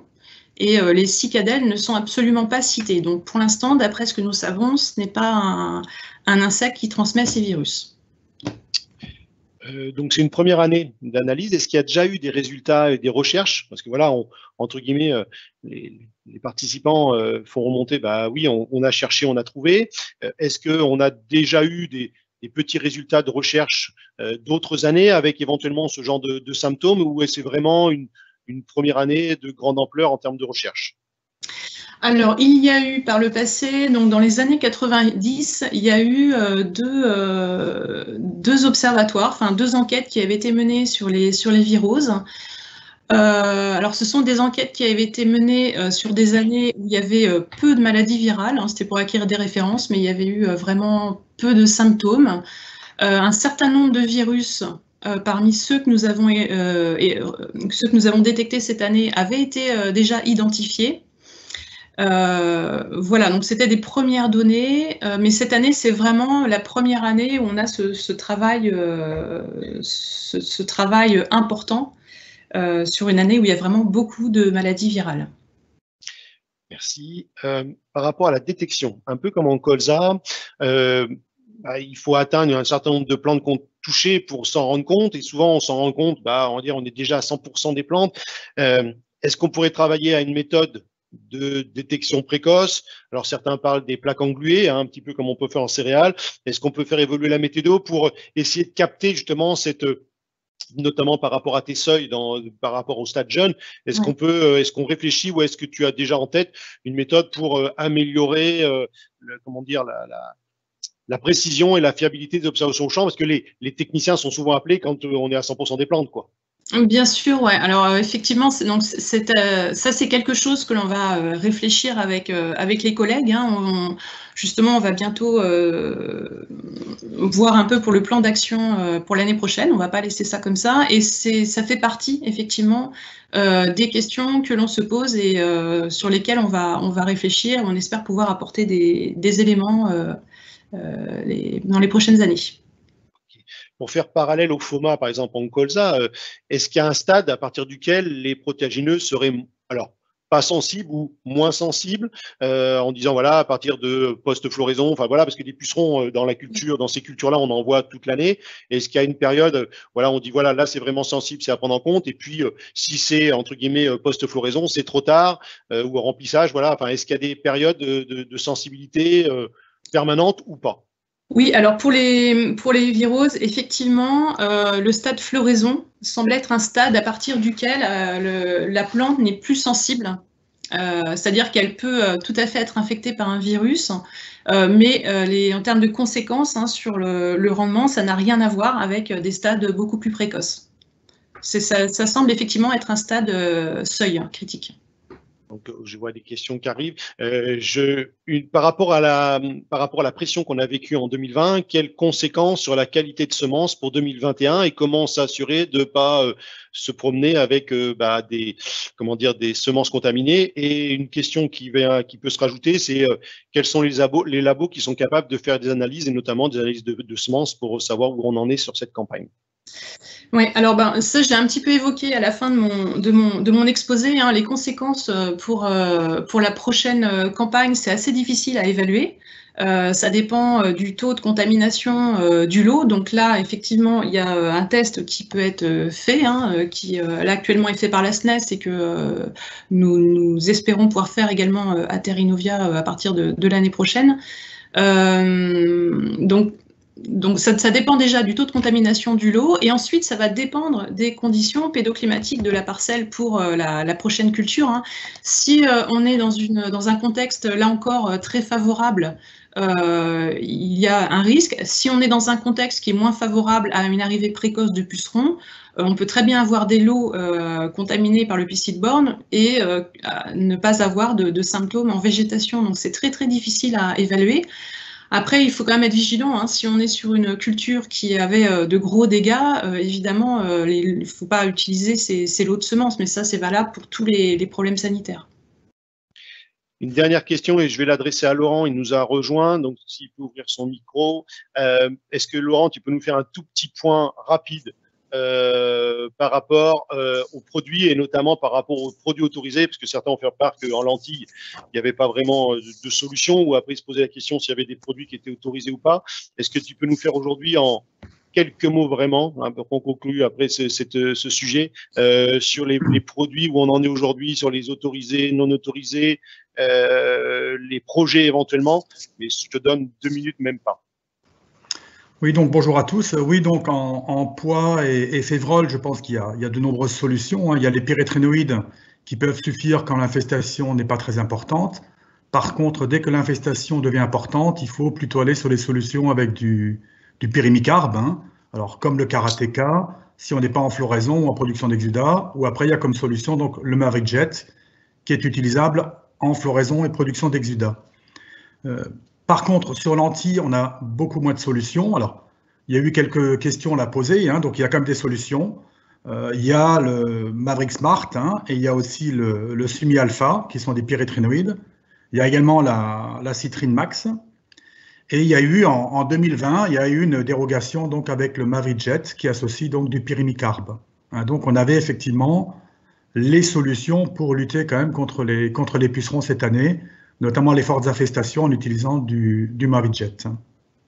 Après, sur ces cultures-là, il y a d'autres dossiers qui sont en cours, hein, et donc on espère les voir d'ici 2 ans. Mais pour l'instant, on a vraiment des solutions qui permettent de lutter contre les pucerons. Je pense que c'est plus une date d'intervention suffisamment précoce par rapport aux pucerons et aux viroses. Merci Laurent. Anne, la dernière, est-ce que sur les semences certifiées, est-ce que tu sais s'il y a des tests séro faits en routine ou c'est pas du tout le cas? Non, c'est pas systématique. Hein. D'accord. Pour l'instant, en tout cas, non. Je vous remercie. Merci Anne, merci Laurent. Je vous propose de clôturer cette partie et donc de basculer vers Arnaud pour la partie ravageurs, variétés, nouvelles évaluations variétales. Pour faire la suite, donc Arnaud, je te propose de mettre en route le diaporama. Nous allons faire à 2 voix avec Arnaud. Je vous l'ai dit en intro, c'était un dossier qui me tenait à cœur depuis un certain nombre de temps. Donc, nous avons mis pas mal de choses. Si certains ont loupé, il y a eu un webinaire qui a été fait au mois de juin, donc qui est encore visionnage, qui est en visionnage possible. Hein, donc, n'hésitez pas à y retourner. Là, on va reprendre quelques éléments de ce mois de juin et le compléter avec les données en cours. Donc, pour faire une intro sur ce dossier-là, si Arnaud, tu peux me passer la première diapo, s'il te plaît. Il faut être clair. Les variétés, comme dans beaucoup de choses, les variétés ne seront pas la réponse à tous nos problèmes. Hein, donc, c'est qu'aujourd'hui, les ravageurs d'automne sont une vraie problématique. Les ravageurs peut-être de printemps demain aussi, hein, par rapport à la disparition de solutions efficaces, donc notamment avec le développement des résistances de pérétrinoïdes sur pas mal de ravageurs. Donc, la variété est un élément. J'ai souhaité vous remettre cette diapo d'intro pour que les choses soient bien claires entre nous, hein, que la réussite du colza, on en a parlé un petit peu tout à l'heure dans les questions de CIPRE, c'est gérer une boîte de camembert et l'idéal, c'est de manger toute la boîte. Hein, donc, on a toute la partie préparation de sol. On a aussi les dates de semis aujourd'hui qui ont bien progressé. Alors après, il faut qu'il pleuve, bien entendu, mais on voit qu'il y a une vraie évolution des pratiques sur la date de semis où les gens sont capables de mettre de côté des interventions de récolte pour aller préparer et faire les semis de colza. Donc ça, on est sur une bonne voie. Il y a aussi tous les travaux que Gilles avait conduits aussi sur les colzas associés qui sont une réponse qui permettent d'améliorer la situation. On a tout le débat de la fertilisation au semis, alors en plein, en localisé, en fonction de la réglementation, et on travaille aussi sur le nouveau programme d'érythrinitrate pour aussi faire peut-être évoluer les pratiques, hein, et accompagner cette croissance automnale, non pas avoir une fertie pour corriger une erreur de pratique, mais rentrer la fertie dans une logique globale de production. Il y a la problématique choix de semences, donc les traitements de semences, le choix variétal, donc c'est dont on va parler ce matin, hein, les différences qu'on peut avoir entre des variétés plus vigoureuses, pas vigoureuses, etc. Et puis la gestion du désherbage, hein, donc là aussi des progrès avec les désherbages de poste, donc quand c'est possible, la limitation des chlores, qui sont efficaces sur les adventices, mais qui sont aussi limitant la croissance de nos plantes. Donc voilà, donc c'est bien un tout, et il faut être conscient que la variété ne pourra pas solutionner à elle seule toutes nos problématiques. Arnaud, la suivante. Donc, sur la partie variétale, juste pour une étude qu'Arnaud avait fait en 2018 maintenant, qui est intéressante, hein, ce qui est important, c'est la partie verte de ce graphique-là. En fait, c'est bien l'itinéraire technique, hein, donc le sol, le climat, etc., qui explique la plus grande différence de résultats. La partie génétique stricte, vous voyez que ça nous fait beaucoup causer, mais c'est l'épaisseur du trait. Après, ce qui va nous intéresser ce matin, c'est plutôt l'interaction essai-variété, donc c'est la partie verte foncée. Et verte foncée, en fait, c'est ça, c'est-à-dire que si j'ai une variété dans un essai dans une situation fort risque Charançon du boulon terminal ou fort risque Altise, et que forcément j'ai pas la bonne variété, c'est cet élément-là qui va s'exprimer. Un petit peu la question de tout à l'heure sur le gel, j'ai une variété qui est plus sensible au gel dans une région qui gèle, bah forcément elle va décrocher. Donc en fait, c'est cette partie-là qu'on va extérioriser. Alors forcément, là, ici, en moyenne, c'est 13%. Une mauvaise variété au mauvais endroit, bah, ça peut faire 100% de l'explication si elle est complètement détruite. C'est tout à fait possible. Hein. Donc, mais voilà, retenez quand même les grands ensembles. En production classique, voilà, c'est la partie variétale, c'est des petits morceaux. Mais c'est important de l'avoir aussi dans le panier. Ça fait partie des éléments de réussite de la culture. Donc là, je vais passer la parole maintenant à Arnaud qui va dérouler l'exposé sur nos travaux qui ont été faits sur cette évaluation variétale un petit peu différente. Alors, bonjour à tous. Donc pourquoi on a réalisé ces travaux chez Terrinovia et notamment assez récemment, pourquoi on a multiplié le nombre d'essais l'année dernière notamment et cette année. Parce que le contexte sanitaire actuel est très problématique. On a une augmentation, notamment, parce qu'aujourd'hui c'est la session centre, mais des dégâts de ravageurs dans cette région qui est très important. Donc grosse altise, larves de grosse altise, des dégâts larvaires et puis Charançon du Blon terminal. On a vu ces dernières années une évolution du climat, donc des phases de climat très pénalisantes pour le colza, donc la sécheresse à l'automne, donc des difficultés d'implantation, une douceur hivernale, donc des hivers de plus en plus doux, une sécheresse estivale, donc des gelées tardives, on en a parlé précédemment, des abats d'eau. Donc c'est quoi l'idée? C'était d'essayer de regarder s'il y a des variétés qui sont un peu plus adaptées à ce contexte sanitaire et climatique qui a évolué. Alors pour le contexte sanitaire, en plus, on n'est pas forcément aidé, puisque au niveau des solutions phytosanitaires, notamment les insecticides, il n'y en a plus beaucoup de disponibles et efficaces. Donc il faut nous trouver d'autres leviers. Et dans les autres leviers, Julien en a cité d'autres en introduction, mais dans ces leviers-là, il y a le levier variétal. Et donc, hop, ouais, c'est bon, ça passe. Et donc, la mission de Terrinovia, c'est d'évaluer les variétés qui sont proposées et commercialisées en France. Et du coup, pendant des années, donc on s'est plutôt intéressé sur des critères historiques pour la région centre. C'est aussi très important que le FOMA, par exemple, qui a été très problématique aussi certaines années. La génétique a réussi, les semenciers ont beaucoup travaillé et on a réussi à avoir des variétés qui sont résistantes au FOMA aujourd'hui, bien qu'il faut continuer à être vigilant. C'est toujours un critère. Le rendement, bien évidemment, puisque là, on se passe d'un point de vue producteur, c'est ce qui paye aussi. Donc, il faut avoir les variétés les plus productives et faire progresser le rendement.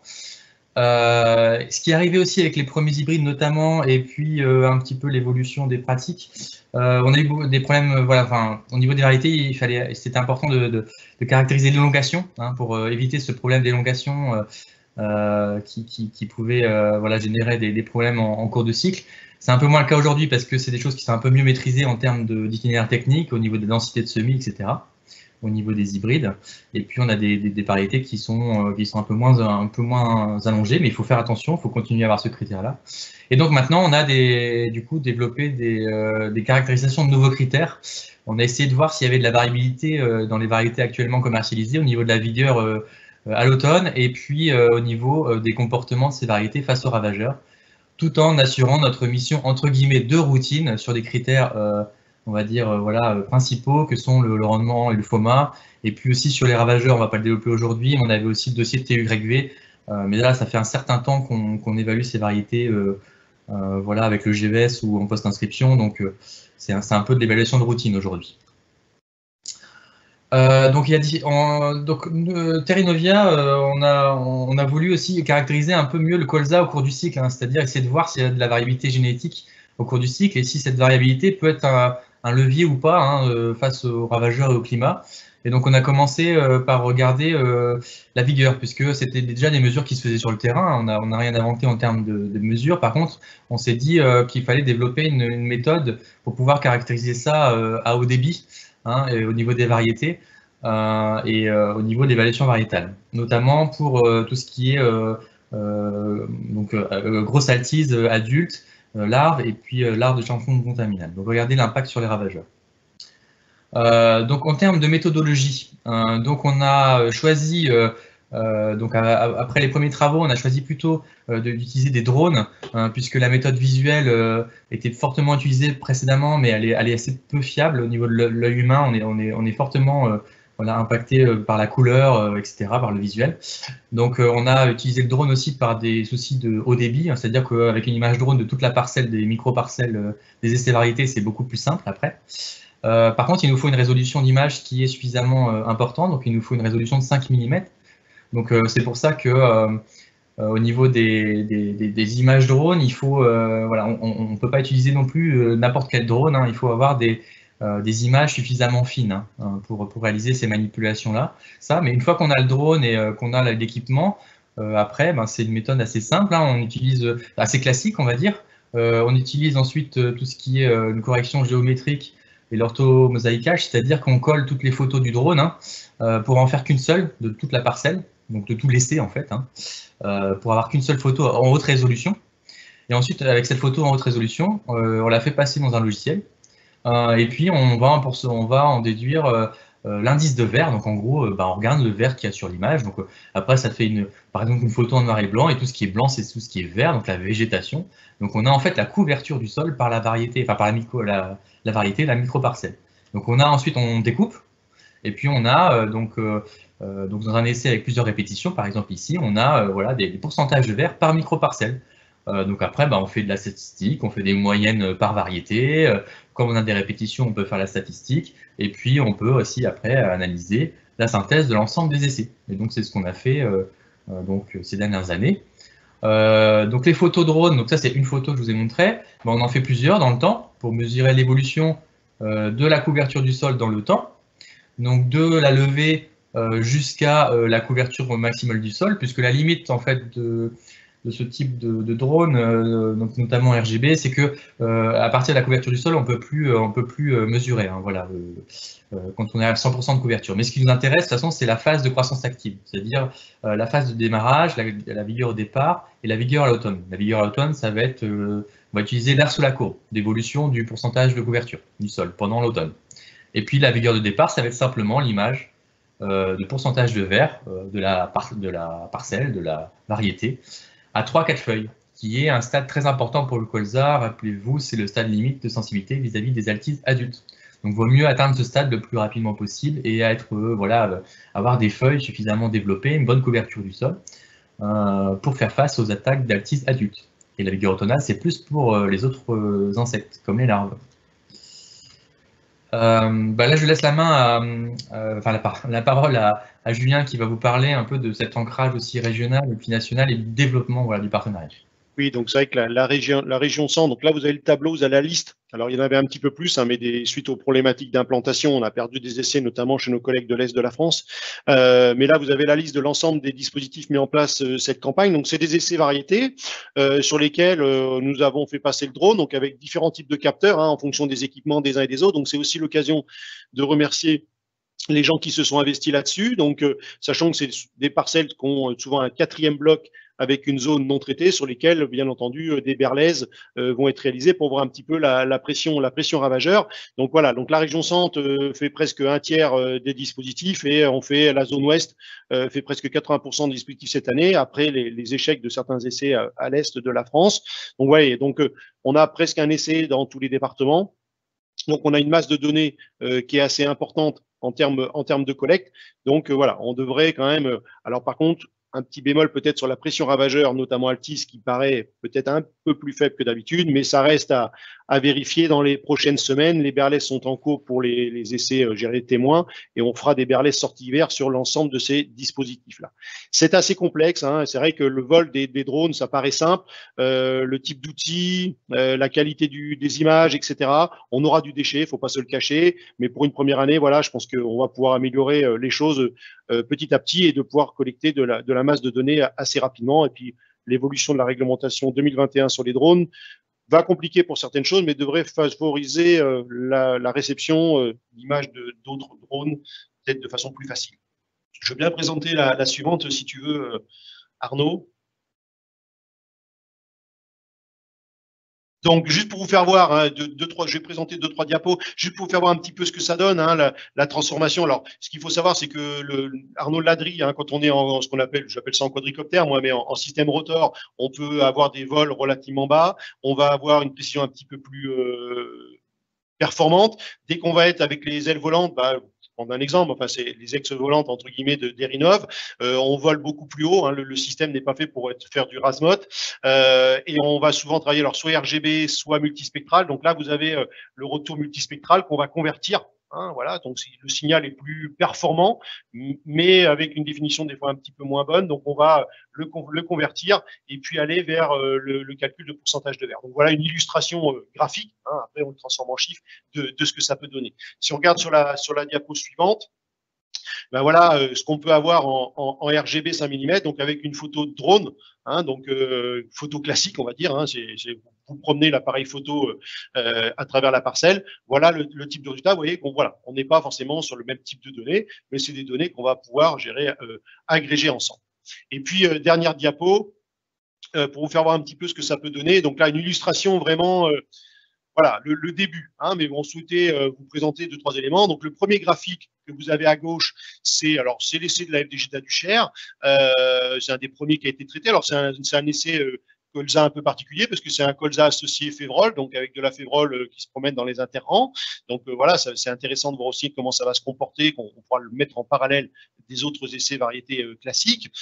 Donc là, sur le premier graphique, vous avez en fait toutes les microparcelles de l'essai. Donc il y avait presque 120 microparcelles. Et on observe sur la première date, donc la première date assez précoce, hein, au 9 septembre, le taux de couverture de verre. Donc vous voyez qu'il y a quand même une variabilité assez importante. Donc on va avoir des micro-parcelles qui sont à autour d'une dizaine de pourcents, donc assez faibles, contre presque 50% pour certaines modalités. Donc ça veut dire qu'on a quand même une forte variabilité au sein d'un même essai à une date donnée. Donc ça, c'est quand même intéressant. Et puis après, sur le même type d'essai, alors là, j'ai pas affiché les 120 lignes, sinon vous auriez rien vu. J'ai choisi vraiment quelles étaient les valeurs mini ou maxi ou les médianes aux 3 dates, et puis après j'ai fait une petite sélection. Donc on voit bien qu'on a des comportements très atypiques, et c'est ce qu'on va rechercher, c'est ce qu'on va essayer de qualifier dans les prochaines années, ces profils de croissance. Hein, ça fait des années qu'on en parle entre nous pour essayer de caractériser la croissance du colza en parcelle agricole, mais là on le fait en parcelle expérimentale. Donc vous voyez qu'il y a des parcelles, si on prend la ligne du haut, la ligne orange, on a quelque chose qui démarre très fort au 9 septembre, et puis qui a quand même une croissance assez dynamique jusqu'au 29, et puis après, ça va se tasser hein, pour aller au 16 octobre. Inversement, la ligne du bas, on démarre très bas, c'est assez calme jusqu'au 29 septembre, et puis ça va être explosif du 29 au 16 octobre. Donc, ces profils peuvent avoir un intérêt en fonction de ce qu'on cherche comme cible. Hein, donc, ça sera toute la complexité de mettre ça en musique. C'est-à-dire, voilà, j'ai une problématique ravageur, je veux que ça pousse très fort au départ, mais je veux pas que ça s'arrête. Hein, ou après, on a une courbe au milieu qui pousse tout le temps. Donc voilà, en fonction du ravageur et du souci que je vais avoir, je vais choisir certaines courbes plus que d'autres en fonction de mon milieu de production. Donc un argilo-calcaire, je veux que ça pousse, je veux que ça pousse tout le temps. Un limon, je suis un petit peu moins exigeant. Donc vous voyez que voilà, on va pouvoir rentrer dans une réflexion sur le fonctionnement. Arnaud, je te repasse la parole pour les diapos suivantes. Merci Julien. Donc ça, c'était les résultats en live de cette année. Hein. Évidemment, on est en train de traiter les résultats, c'est pour ça que c'est un peu brut, mais c'était important de montrer des résultats en plus régionaux.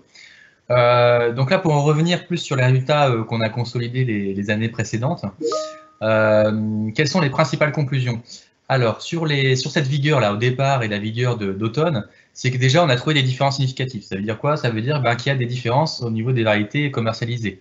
Donc forcément, on n'a pas pu tout tester, on a été sur la liste variétale Terrinovia, mais sur les dernières variétés commercialisées, voilà, les variétés récentes, on avait donc du coup des différences qui pouvaient être assez importantes, que ce soit au niveau de la vigueur de départ ou la vigueur à l'automne. On a aussi validé la méthodologie, hein, bon, ça a 3 années d'études, donc ça c'est bon en termes d'acquisition, même si on peut améliorer les choses, je vous parlerai en perspective. On a du coup une classification qui est possible et qui est fiable hein, par rapport à cette couverture et qui sera disponible pour le prochain choix producteur donc au printemps prochain. Ensuite, on a une différence maximale voilà, de couverture du sol qui est au départ de 10 à 15%.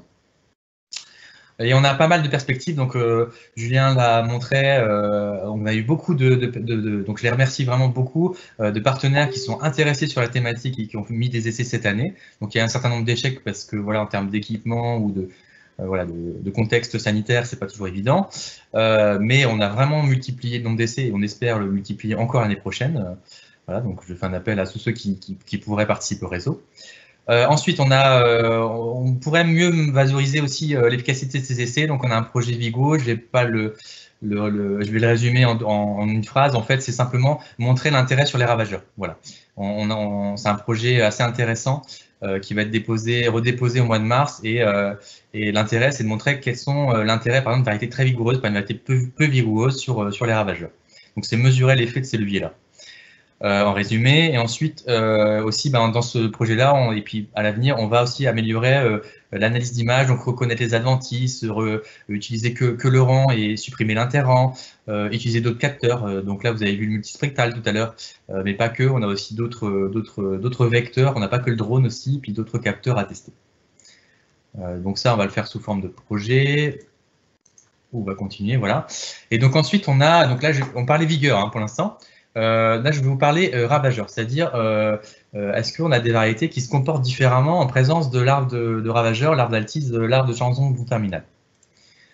Alors, qu'est-ce qu'on a fait? L'arbre d'altise, on a fait des berlaises pour mesurer donc du coup la différence. Est-ce qu'il y a une différence variétale de présence de la larve d'altise dans le colza? On a fait des biomasses, je ne vais pas vous présenter aujourd'hui, mais on a des résultats. Et on a fait des observations de symptômes sur plantes. On a fait ça sur des dispositifs non traités. Donc, on avait 4 l'an dernier, dont 2 ou 3, je ne sais plus, dans la région centre. Donc, voilà, en plein dans le secteur à insectes, entièrement non traités. Et puis, cette année, on en a beaucoup plus, on en a 6. Et l'année dernière, on avait aussi 7 blocs non traités dans les essais variétés Terrinovia. Voilà, des stations. Donc, cette année, on en aura plus, puisque on a fait appel aussi aux partenaires pour participer à ce réseau-là. Et donc, pour avoir un bloc non traité et pour pouvoir avoir plus d'observations. Parce que c'est le nombre qui fait la puissance de l'analyse. L'an dernier, qu'est-ce qu'on a trouvé? Donc, sur 11 dispositifs, on avait fait des larves d'altise, des berlaises, là, et on a trouvé une moyenne, différence en fait, maximale de 2 larves par plante entre une variété comme Feliciano avec moins de larves d'altise et puis des variétés avec le groupe où il y avait plus de larves d'altise. Donc ça, c'est la synthèse des 11 dispositifs non traités. Et on a trouvé aussi en moyenne, enfin, pardon, pas en moyenne, mais en différence extrême, qu'il y avait 25% de plantes saines en plus sur des variétés comme la Feliciano, Picasso, Amplitude, par exemple, l'année dernière, par rapport à d'autres groupes statistiques, là, où on avait un peu plus de plantes avec symptômes. Donc aujourd'hui, ce n'est pas une classification, hein, on vous a montré simplement l'analyse statistique du réseau d'essais. Sur ce critère-là, il nous faut encore beaucoup renforcer le nombre d'essais, hein. Donc c'est grâce à le développement du partenariat. On est tributaire aussi de l'année climatique, donc c'est-à-dire que sanitaire aussi, Julien l'a dit, l'année dernière on avait un petit peu de larves, on a eu des années où on a eu plus de larves, plus d'impact. Cette année, pour l'instant, il y a assez peu de larves, on verra si on en a plus, donc bon, ça c'est important aussi qu'il y ait de la larve pour qu'on puisse mieux évaluer les différences. Et puis on va aussi améliorer les analyses, hein. Au niveau analyse statistique, on va utiliser d'autres modèles comme la valorisation de la spatialisation des attaques, hein, sur un dispositif, ou étudier aussi l'année, le milieu. Donc voilà. Sur les ravageurs, on a encore beaucoup de travail à faire. Sur la vigueur, ça fait déjà 3 ans qu'on y travaille, donc on est plutôt on est plutôt bien avancé. Et sur les ravageurs, c'est quelque chose aussi qu'on regarde aussi en amont, c'est simplement au niveau perspective. On a aussi des soutiens aussi et des travaux de sélection, hein, pour essayer d'identifier des marqueurs, soit chez le colza, soit dans d'autres espèces crucifères, pour trouver des marqueurs de résistance, voilà, aux altises adultes notamment, mais aussi aux larves. Donc il y a différents travaux de recherche. Retenez simplement qu'on travaille aussi, les semenciers travaillent, et on les accompagne aussi sur la partie amont de recherche-sélection, à plus ou moins moyen-long terme, hein, pour introduire des gènes et de résistance aux ravageurs. Donc il y a des perspectives, autre que de constater qu'il y a une différence sur les variétés actuelles. Sur les variétés demain, il y a des perspectives de sélection, bien que voilà, c'est très complexe les ravageurs, donc il nous faut pouvoir comprendre les interactions. Au niveau des perspectives, au niveau de la précocité, la vitesse de montaison, donc on va regarder aussi les différences variétales sur le cycle au printemps.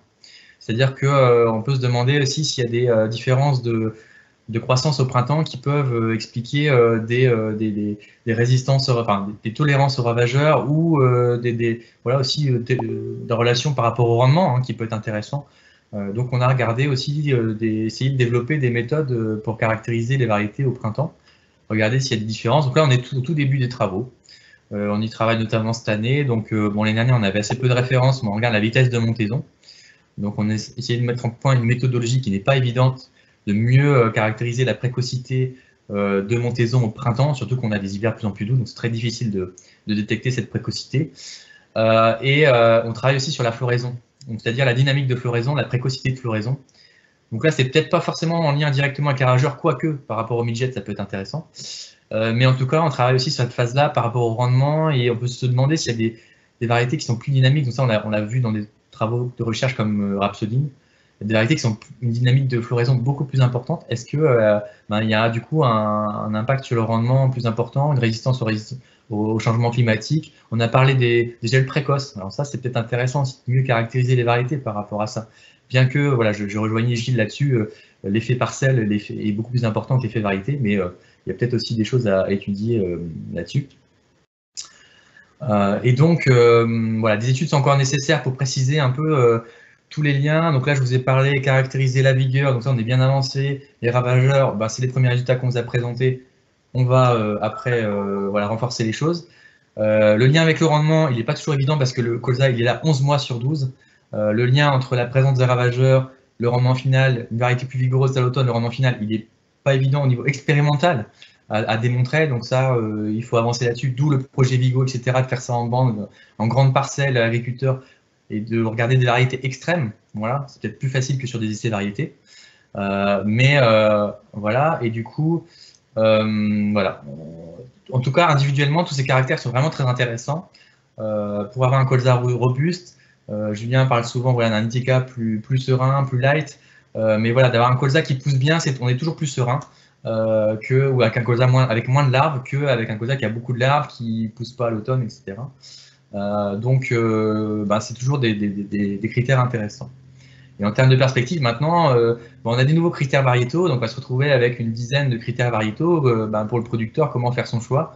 Sachez que on essaie d'innover dans la caractérisation des variétés, on essaie aussi d'innover dans la communication. Aujourd'hui, notre outil MyVar, voilà, l'outil de communication variétale, on veut le faire évoluer aussi avec des petits outils pour notamment des idées de mérite agronomique. Hein, ça, c'est aussi voilà, Julien a cette idée-là aussi depuis pas mal d'années. Voilà, de pondérer un peu les critères selon ce qu'on donne plus d'importance aux ravageurs ou à la vigueur ou à l'élongation.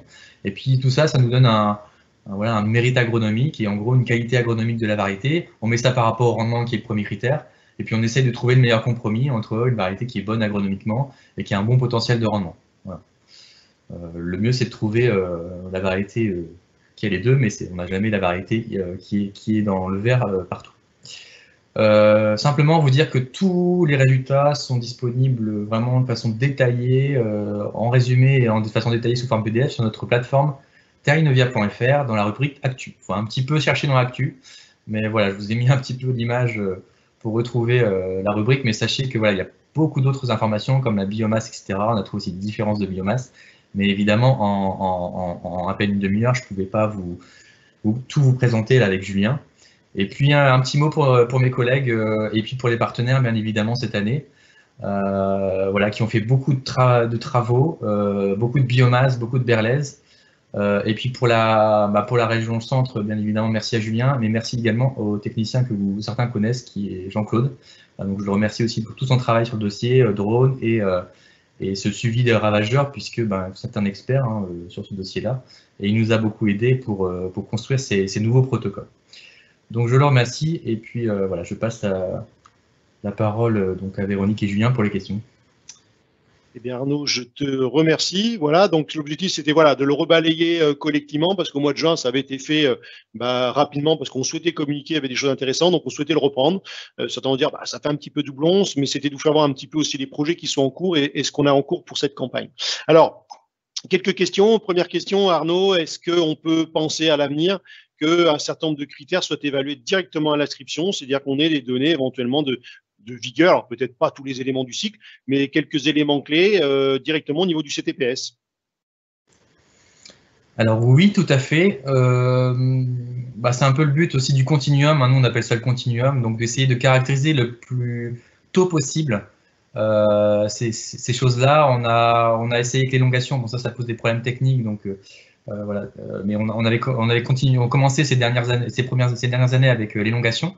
Et donc la vigueur, certainement qu'elle va venir, puisque la méthodologie est approuvée dans le cadre du CTPS, d'autant plus que le projet dont je vous parlais tout à l'heure, c'est un projet Casar Semences, donc c'est à vocation pour l'évaluation de préinscription aussi.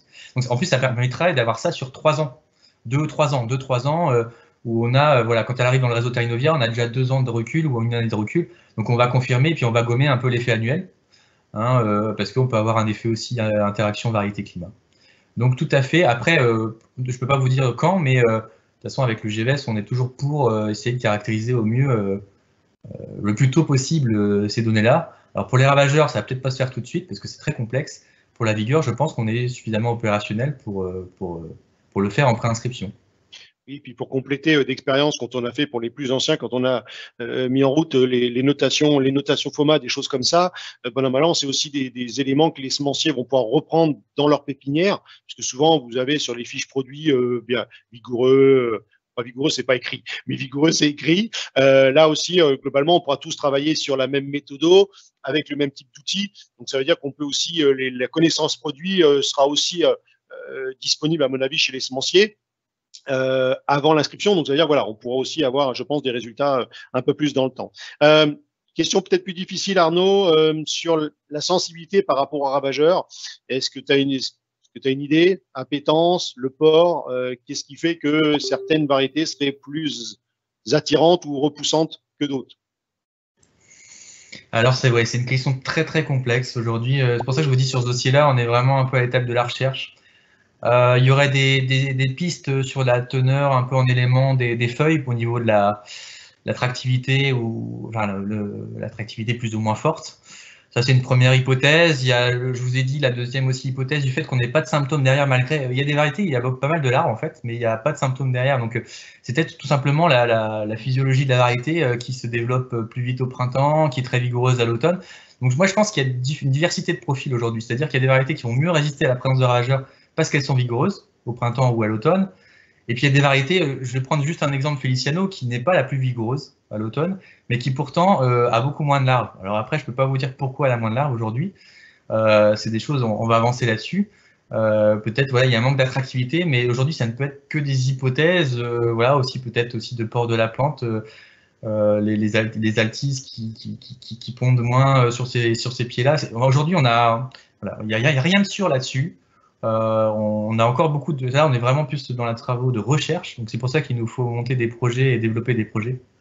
Donc je ne peux pas vous répondre précisément, on n'a que des hypothèses et voilà, il faut qu'on continue les observations, qu'on essaye de croiser un peu les différents caractères de ces variétés-là, à savoir qu'est-ce qui explique qu'il y ait plus ou moins de dégâts ou de présence de larves altises. Mais aujourd'hui, on n'a rien de sûr là-dessus. Voilà. Alors, une question notamment sur les mélanges. Donc, il y a un participant qui nous fait part, voilà, ça va peut-être arriver, hein, le mouton à 5 pattes, mais d'avoir une variété qui ait le bon profil tout au long du cycle. Alors, c'est le bon profil dans le contexte de production. Donc, c'est ça qu'il va falloir remettre, c'est quel profil, dans quel contexte. Mais faisons l'hypothèse qu'on n'arrive pas à trouver le mouton à 5 pattes, voire 6 pattes, et donc qu'on soit amené éventuellement à mélanger des variétés par rapport à leur profil. Qu'est-ce que tu en penses?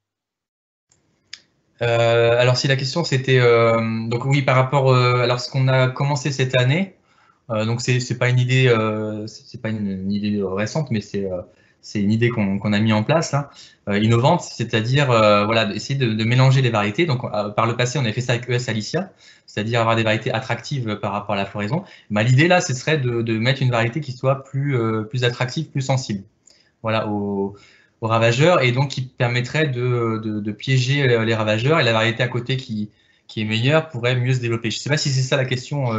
Je voulais apporter cette réponse-là, ouais. Et je pense qu'il y avait aussi la question de dire, comme ne sachant pas quelle météo je vais avoir, etc., je mets par exemple une vigoureuse à l'automne, parce que je sens que j'en ai besoin. Et puis, malheureusement, j'ai pas de vigoureuse au printemps. Et ben, je mélange une vigoureuse au printemps, mais qui est peut-être pas très bonne à l'automne. Et j'essaye de faire un pot pourri où je vais me retrouver avec quelque chose qui va s'adapter, entre guillemets, un peu les questions qu'on a eues sur site tout à l'heure, sur l'aspect résilience, c'est-à-dire avoir un mélange de variétés qui fait que, bon an, mal an, il y en a peut-être une ou deux qui va s'en sortir et que le rendement sera garanti. Bon, ça mérite d'être testé, hein, mais il faut avoir je pense, des types de profils très contrastés pour voir quelque chose. Alors ça, c'est deux choses différentes. Là, je vous ai parlé de ça. Donc, toi, tu as parlé plutôt du mélange variétal, ouais, pour un peu voilà, répartir les risques. Et donc ça, on avait fait les essais il y a quelques années, il manque quelques-unes. On avait fait quelques mélanges, on n'avait rien vu au niveau du rendement, mais aujourd'hui le contexte est différent. Donc il faut peut-être retester ces choses-là, mais en même temps, voilà, il faut avoir conscience qu'il y a des centaines, des milliers presque de couples de variétés et de pourcentages de mélanges possibles. Donc on ne pourra pas tout expérimenter. Donc là, on est encore sur l'exploratoire. Il faudra faire des essais en micro-parcelles, en bande. Sachez qu'on y réfléchit, mais on n'a pas encore voilà, avancé sur l'intérêt de ces mélanges-là, que ce soit au niveau des mélanges attractifs ou des mélanges tout simplement voilà, répartition du risque. Eh bien, je vous propose nous avons épuisé les questions. Je vous propose de conclure. Ah, je vois une question qui arrive. On va prendre la dernière. Donc, alors, je lis la question. Je l'ai pas, voilà, je l'ai pas préparée. Des études sont-elles faites pour la sensibilité ravageur à l'automne avec le colza associé, avec la févrole? Je vais garder la question pour moi. Tous les études qui ont été faites ont montré que globalement, on a un meilleur comportement face aux ravageurs quand on est en colza associé, qu'il soit févrole ou autre. Malheureusement, c'est le pourquoi du comment, on ne sait pas trop. On fait que constater que ça se passe mieux. Qu'est-ce qui se passe? Qu'est-ce qu'on a mesuré dans les colzas associés? C'est qu'un colza associé est toujours plus dynamique. Gilles en parlerait mieux que moi, mais bon an mal an, c'est qu'on a quelque chose de plus dynamique. Donc, on a une croissance qui est non arrêtée, quasi permanente. Hein. Donc, c'est un peu ce qu'on recherche aussi dans les profils d'Arnaud, c'est de caractériser. On sait qu'on a des variétés qui vont pousser doucement, mais régulièrement. Certaines vont mettre un grand coup de boost et puis s'arrêter. En colza associé, on maintient, un peu comme la fertilisation, mais la fertilisation, c'est souvent un peu plus ponctuel. On va maintenir quelque chose un peu plus de durable dans le temps. Et c'est souvent, et les colzas associés, on peut, un des éléments, hein, parce qu'ils sont nombreux, il y a l'histoire de la perturbation, des ravageurs, etc. Mais toutes les études sont très complexes à mettre en œuvre. Et il y a, voilà, c'est pas forcément simple, mais on sait que sur cette croissance, on maintient quelque chose d'efficace dans le temps. Donc, nous sommes dans le timing. Je vous propose de clôturer ce webinaire sur la partie région centre. J'en profite pour remercier l'ensemble des intervenants. Et puis, je repasse la parole à Véro. Juste avant de repasser la parole, je vous avais dit que je vous en remettrai une petite couche. Je compte sur vous. Hein, je vous le fais quand on est en physique. Je compte sur vous pour envoyer l'enquête de satisfaction, sachant que quand vous êtes en face de moi, je sais qui est dans la salle. Là, bien entendu, certains ont posé des questions, donc je les ai reconnus. Mais bon an, mal an, ça serait sympa de renvoyer vos questionnaires, comme ça on saura qui était présent. Et donc, ça permet de voir un petit peu par rapport aux inscrits comment c'est réparti les inscriptions. Je vous rappelle que ce matin, Véronique faisait le décompte, on est autour d'une 60, sachant que dans le numérique, c'est facile. Il y avait 150 inscrits. Même des gens qui étaient en Écosse, je ne sais pas si la personne est arrivée depuis, elle nous a mis un petit mot ce matin qu'elle sera en retard, mais vous voyez, c'est très diversifié et c'est important pour nous de savoir un petit peu si les sujets qu'on a choisis pour la partie régionale intéressaient les gens de la région dans un premier temps. Voilà, c'était l'objectif. Je vous remercie, Véronique, à toi la parole.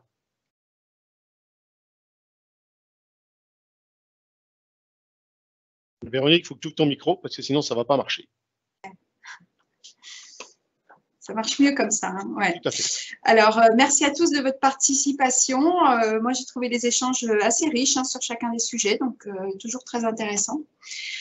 Donc, dès demain, pour ceux qui se sont inscrits, vous recevrez donc un mail avec, comme l'a dit Julien, un questionnaire de satisfaction et également un lien pour accéder au support présenté et au replay de la session. Donc, je tenais également à vous rappeler que les rencontres techniques de Terrenovia se poursuivent. Donc, il y a 3 sessions régionales encore cette semaine, puisqu'il y a donc demain matin sur le secteur du nord et est des leviers pour comprendre et mieux cultiver les protéagineux. Le 2 décembre, sur le même créneau horaire, plus ciblé sud-ouest, donc une session sur le soja. Et le 3 décembre, également sur le secteur du sud-ouest, une session plus spécifique sur le tournesol. Donc, n'oubliez pas, de toute façon, vous avez accès au programme de toutes les sessions sur notre site internet et donc n'hésitez pas à vous inscrire et on espère vous retrouver aussi nombreux pour chacune d'elles. Donc, merci à tous et à bientôt. Au revoir. Merci à tous, bonne fin de journée.